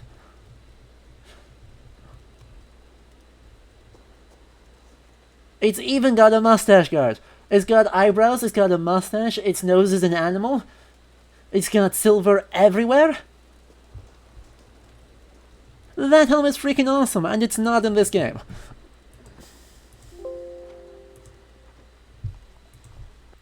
So, this is what we get for trying to have nice things.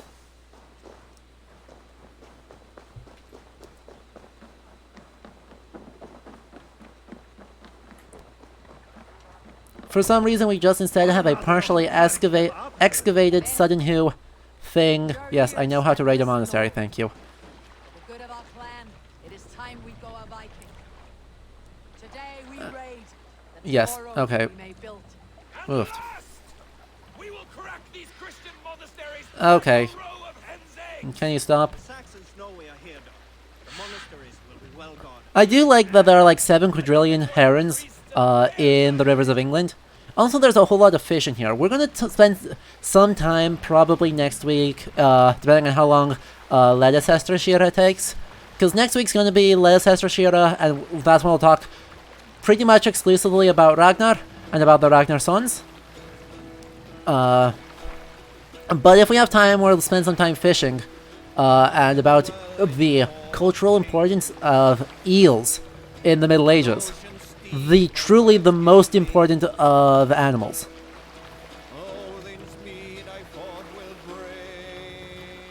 Yes. Aw. Now, let us go raid our friendly neighborhood monastery.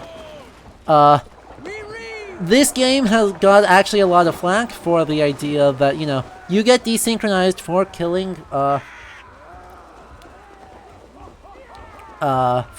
civilians in this game. Civilians include monks, while doing raids. And so, like, we've kind of heard quite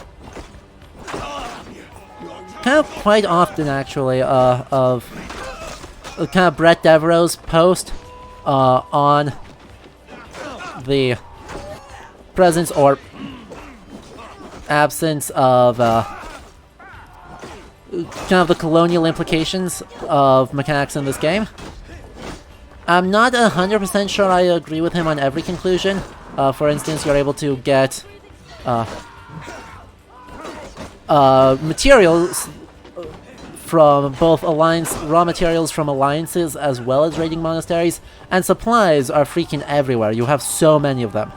But it is a worthwhile point he makes in that that it's really, really odd that, you know, we are doing a raid in a form that inconveniences literally nobody. Like, by the time we are done, everyone has already respawned and it just becomes a distrust area.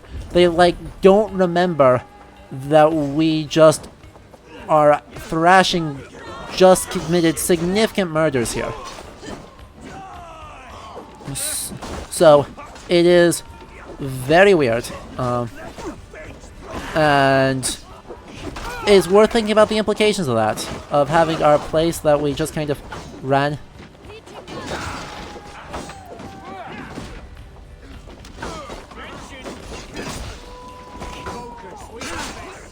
Ow. Ow. Stop it. Stop it. Thank you.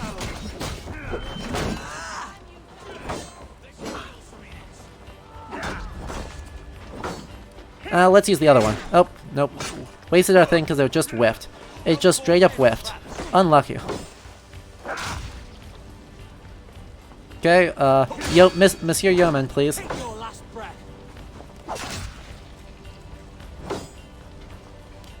Please? Thank you. Okay, there, see, we can clearly use one-handed swords. We just did. We just used a one-handed sword. So, it's not the sword's fault. It's not like we have a rare, like, fancy disease that prevents it.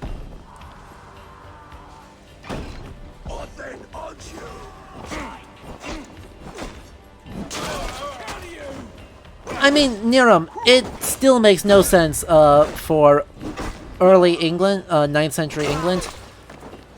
Even if it is a thing that kind of sort of vaguely resembles a mall, a historically attested mall, that wasn't a weapon used in this period. So, Doug, could you stop having arrows in your shoulder and help me open this? So...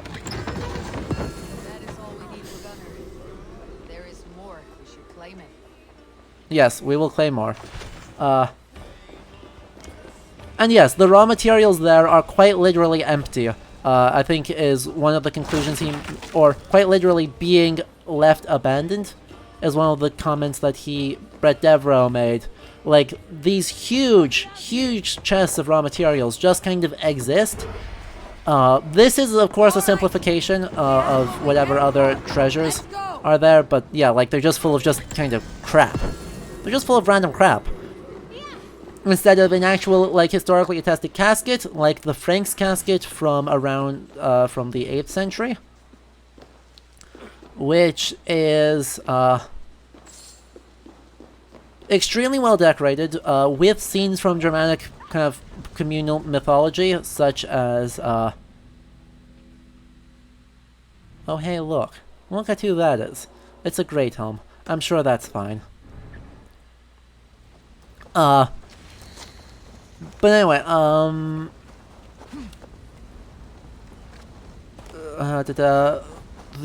something like the Franks casket shows, like, Wayland the Smith, Volander, as an extant, like, part of it mixes Christian and Germanic... Hello? Christian and Germanic pre-Christian imagery in something for the Frankish court.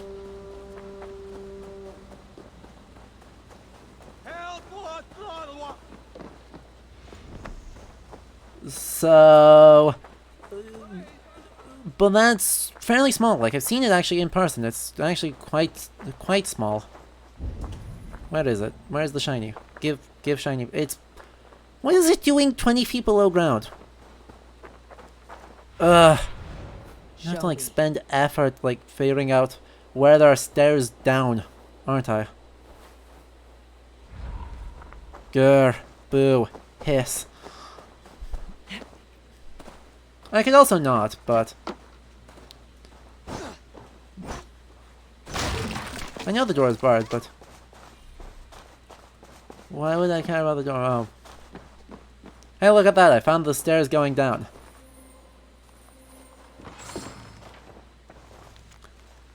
We've been burning the ones who died for...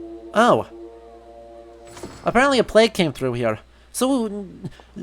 Whoops! So not only did we just, you know, raid and pillage and burn and take all their supplies, we did that while there is a plague going on. Awkward. Obviously, diseases show up all over the place. Like, that is not an unusual event by any metric that we would have some issues of plague. And then disease taking out whole settlements in the 9th century. But yeah, that just feels bad. That just feels really bad.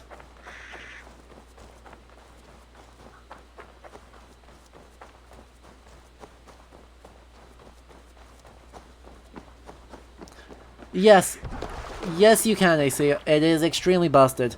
That you can totally just stealth out everyone, summon your guys, and then just roll with it. My gut tells me no. Yeah, I got all. What's your count? I am going the wrong direction. Turn all the way around, please. I have no need to count my kills. They number too many. Likely story, Wolf-Kissed. There were not 26 there. There were barely a dozen when we arrived, No, you missed them. They attacked. He is a braggart and a fool, and I do not like that he is a guy that exists all the time. So, like, we're gonna have a lot of shut up dog moments. Anyway, really? What is that boat made of? I was going to smush it. More sail! But anyway, yo. So we just did a raid, and as we are not the only ones who can do raids, but yeah. For some reason they keep, instead of keeping their goods where they will be used, they keep raw materials in huge, colossal, absolutely ridiculously large chests, just so we know where they are. Which is a shame because, yeah, things like the Frank's casket are super cool, and they make it way more generic with all of this kind of process and attempts to... Exactly. The chest was worth a lot of gold right there, and we did nothing with it. I think we have all we need. It's sad. Oh well, let us build this. We can build one thing. Well, actually, we can probably build one more thing if we're lucky.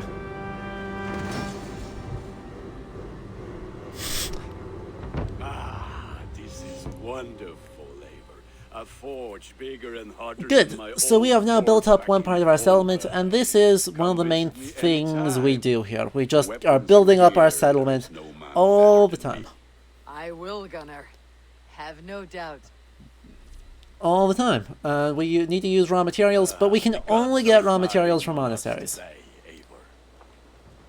Everything else we can find from other places, but I don't want that. I suppose, you know, I'll build up the shop first so we can get more weapons. I think that's here.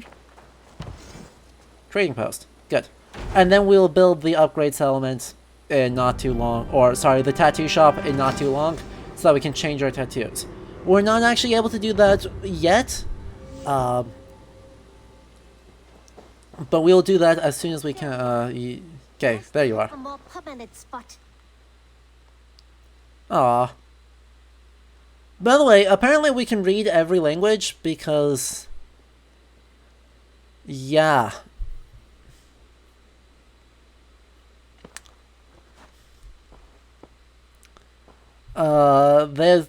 They send spices and red oil, but apparently they write in Old Norse, and we can read that.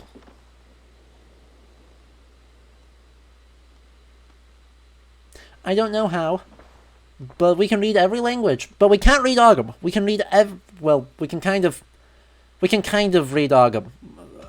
I would like to see what you have. It's complicated. It's unclear what language we can read and what languages we can't. Anyway, we're going to buy up all of these, hopefully, if it lets us. We don't have enough stuff by half. Fine, we'll sell off as much as we can in order to make that happen. I want to get as many things as possible here. There's no... Oh, there's a way to sell all trinkets. Is there any trinkets here that I don't care about? Or that I do care about? There's a few that I sometimes care about.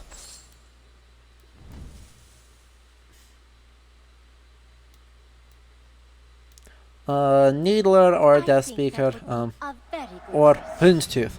Okay, we will find more money eventually, I guess. Tell me about yourself. So little since our first days, Yanli. And I know Yeah, I nothing did. about you. There's a few things I like keeping around for sentimental value, so I don't like to sell all. But oh, there it is. I came from Sunsao, far from here, for no real reason. Curiosity, I suppose.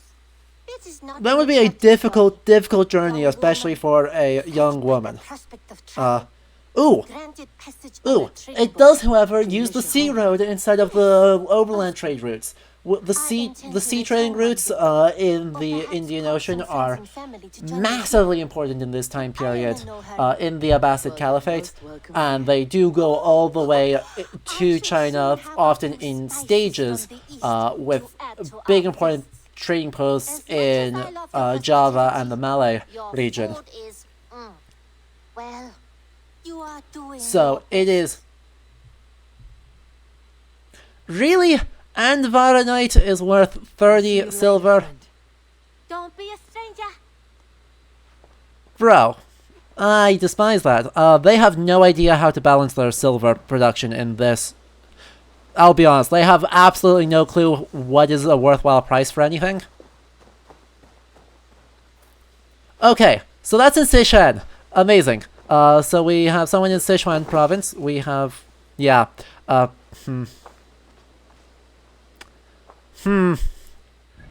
incredible. But yeah, basically her route would have been probably traveling, to, I don't know, this point, 9th century, what, we're looking at Tang Dynasty? So we're looking at, like, Nanjing as our main port city at this point, in northern Tang Dynasty. And then sailing on multiple ships around through modern Philippines, into modern Indonesia. They're picking up passage either on an Indian vessel, actually at this point probably on an Indian vessel, to the coast of India, then picking up passage on an Abbasid trading vessel going to potentially Cairo or to Alexandria, or sorry, to Baghdad, and then hopping on a boat in the Mediterranean to get around and making your way up to England through there. Each stage of that is really well attested for the 9th century. All of it together, the same person is not. So, you know, it's within the realms of historical possibility without itself being something that is ever even really hinted at actually happening. But it is a game, and the historical possibility space allows it, so... London, Jorvik, yes. Winchester, all three are infested by members of the same Indeed. order to which Kjotve belongs. If you say so. Which extends much further than this. Of all the lands on Earth, I believe England is the most over. Unlucky. They cause here the same turmoil Kjotve caused in Norway. Not just turmoil. They spread a plague of delusion, teaching men and women to abase and abuse themselves in exchange for power. You have strong feelings about this. Of course. This is the sole purpose of the Hidden Ones, to liberate the body and spirit of man from any unnatural Indeed. shackles. No. For over 4 centuries. Sorry, you just contradicted AC1. The Hidden Ones have not had a presence here. This Ish. has given the Order of the Ancients ample room to grow and thrive. If you say so, Hytham. You're pretty cool, to be honest. Basim and I could begin our work. If you have the time and spare resources to build one, we would be most grateful. Yeah, you are on the top of the list after the tattoo parlor. Okay? We'll get the tattoo parlor first, then we'll get you, and then we'll get the shipyard, and then we'll get the hunting lodge. And then we'll worry about other stuff. Okay? Okay. Anyway, one more discussion here about our map and the weird discussions people have. Why do you have a Mercian shield, my dude? Sven, what do you... What is it you do here again? If you need something tattooed, you come here and I do it. And you can bring me whatever designs you come upon too. But of course, no shop, no tattoos. Build something for us when you can, and then we'll get working. Okay. I'm off. See you later, Hayfor. For some reason, he just picked up a crummy looking Mercian square shield and is just rolling with it. Whatever. My back hurts standing here all day. In here. And Eivor gets her own room. Hey, look at that. For this room is yours. We have... You may lay your head, hang your axe, or be alone with your thoughts. Do you like it? It suits me well. This kind of offshoot room is totally fine for this period. Within the hall, there are offset rooms. A large one, 40 meters long, from Denmark, has 3 offset rooms. But the main thing that a hall does, this kind of longhouse space, is also a sacrificial place. So, within the high seat here, which by the way should have pillars on either side of it, carved with images of the gods, this would also be the main point of religious activity in the Viking Age. So, we would have the sacrifices like at a hof, instead of doing it at a not stave church. Most often it would be done in public, right here in the center of things. Probably not on top of our Persian rug, but, you know, right before the hearth, right before things are happening, where everything is happening. It would be a very public thing. Often horses, cattle, dogs would be all sacrificed in religious ritual contexts in a longhouse. So, when you're thinking of a temple, they do not distinguish between hall and temple, chieftain and priest in the 9th century. A Gothi with his longhouse is all of the above. Hello. Hello, map.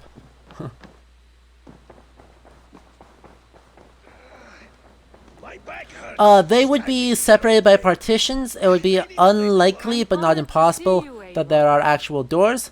But we are mostly looking at... Dog.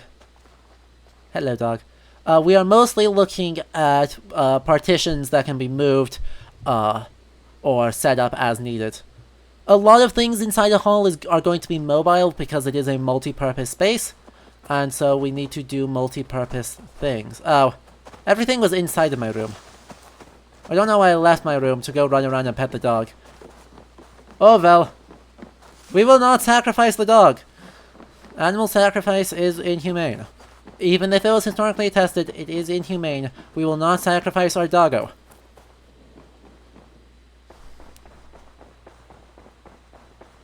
Anyway, check Raventhorpe's status. Ta-da! Okay, we can get the stable and aviary, the trading post, and the barracks.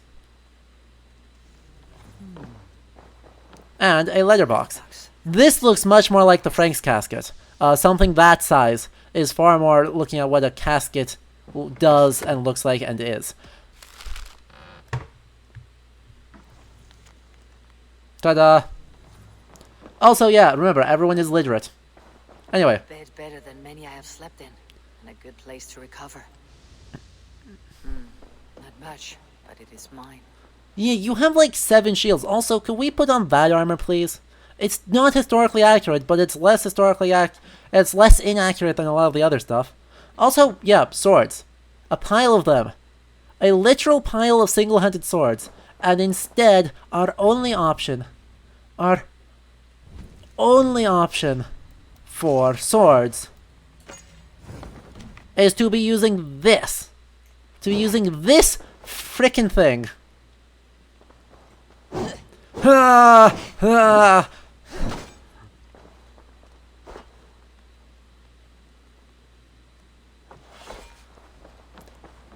I hate it. Anyway, let's go talk to Sigurd. You're ready to ride at a moment's notice. Count on it, my friend. The path ahead is bright. With glory at its end. Farewell, Yeah, we'll get a Carolingian greatsword in a little bit. Leonard, that when we upgrade it, you will see Ulfbert carved on it. We'll talk about that sword when we get to it. What was that about? Is Bassam leaving us already? Sigurd means to leave as well. Is that true? We know the sons of Ragnar have camped in the north. It would do us well to... Yes, in this time period, they are in Repton. The great Viking army in 870 is running around England, and has generally made a bright mess of things.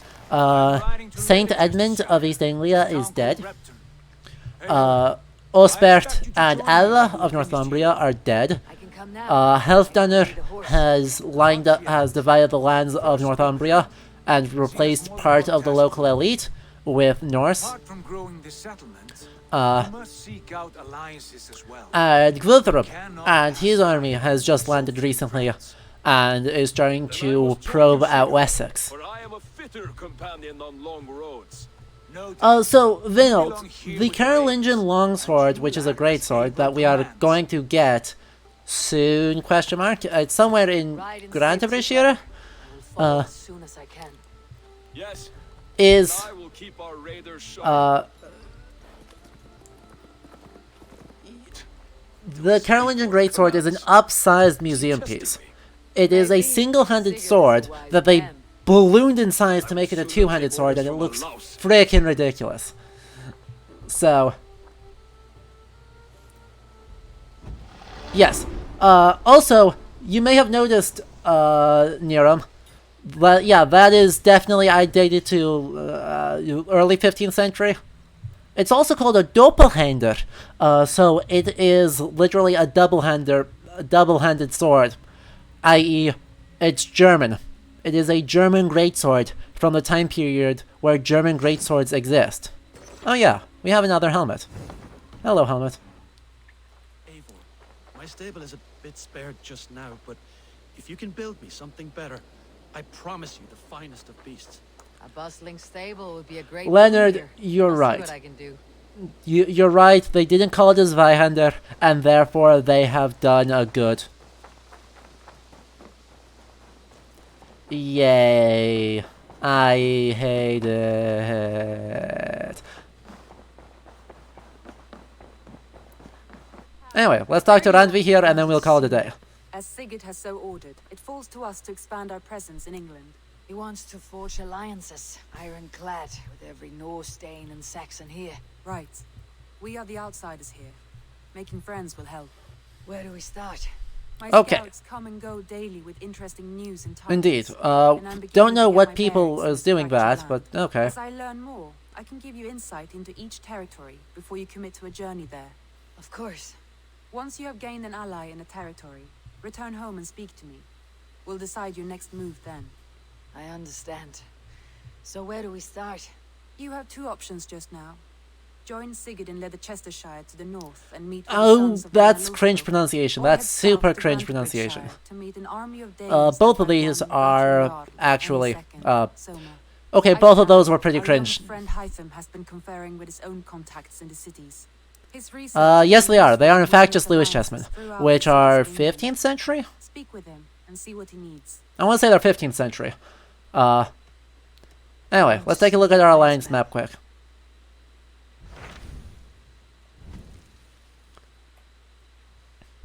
So, we can go to Grantabrishire, or we can go to Leicestershire.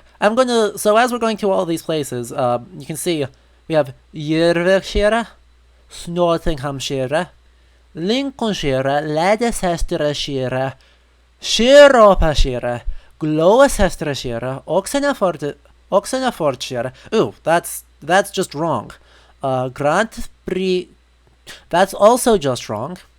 East Anglia, Essex, London, Kent, Sussex, Hamptonshire, and Winchester. So, this is actually just super. There's a couple of cases here that are just errors. Most of this, as I said, are names taken from the Domesday Book.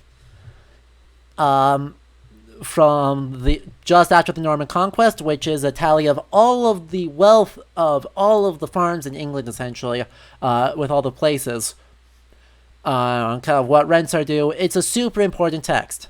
A few of these, I think, are from the Bergel Hidaj, which is a text from a little bit earlier in the early 10th century, about kind of the walls, the fortresses put across the center of England right here, by Alfred the Great, to kind of help protect Wessex, the ever-expanding Wessex, from the Danelaw. But, by the way, this one is one, just so we know what we're actually talking about, the River Granta, in the Domesday Book, is called Grout Brig. Grauntebrig.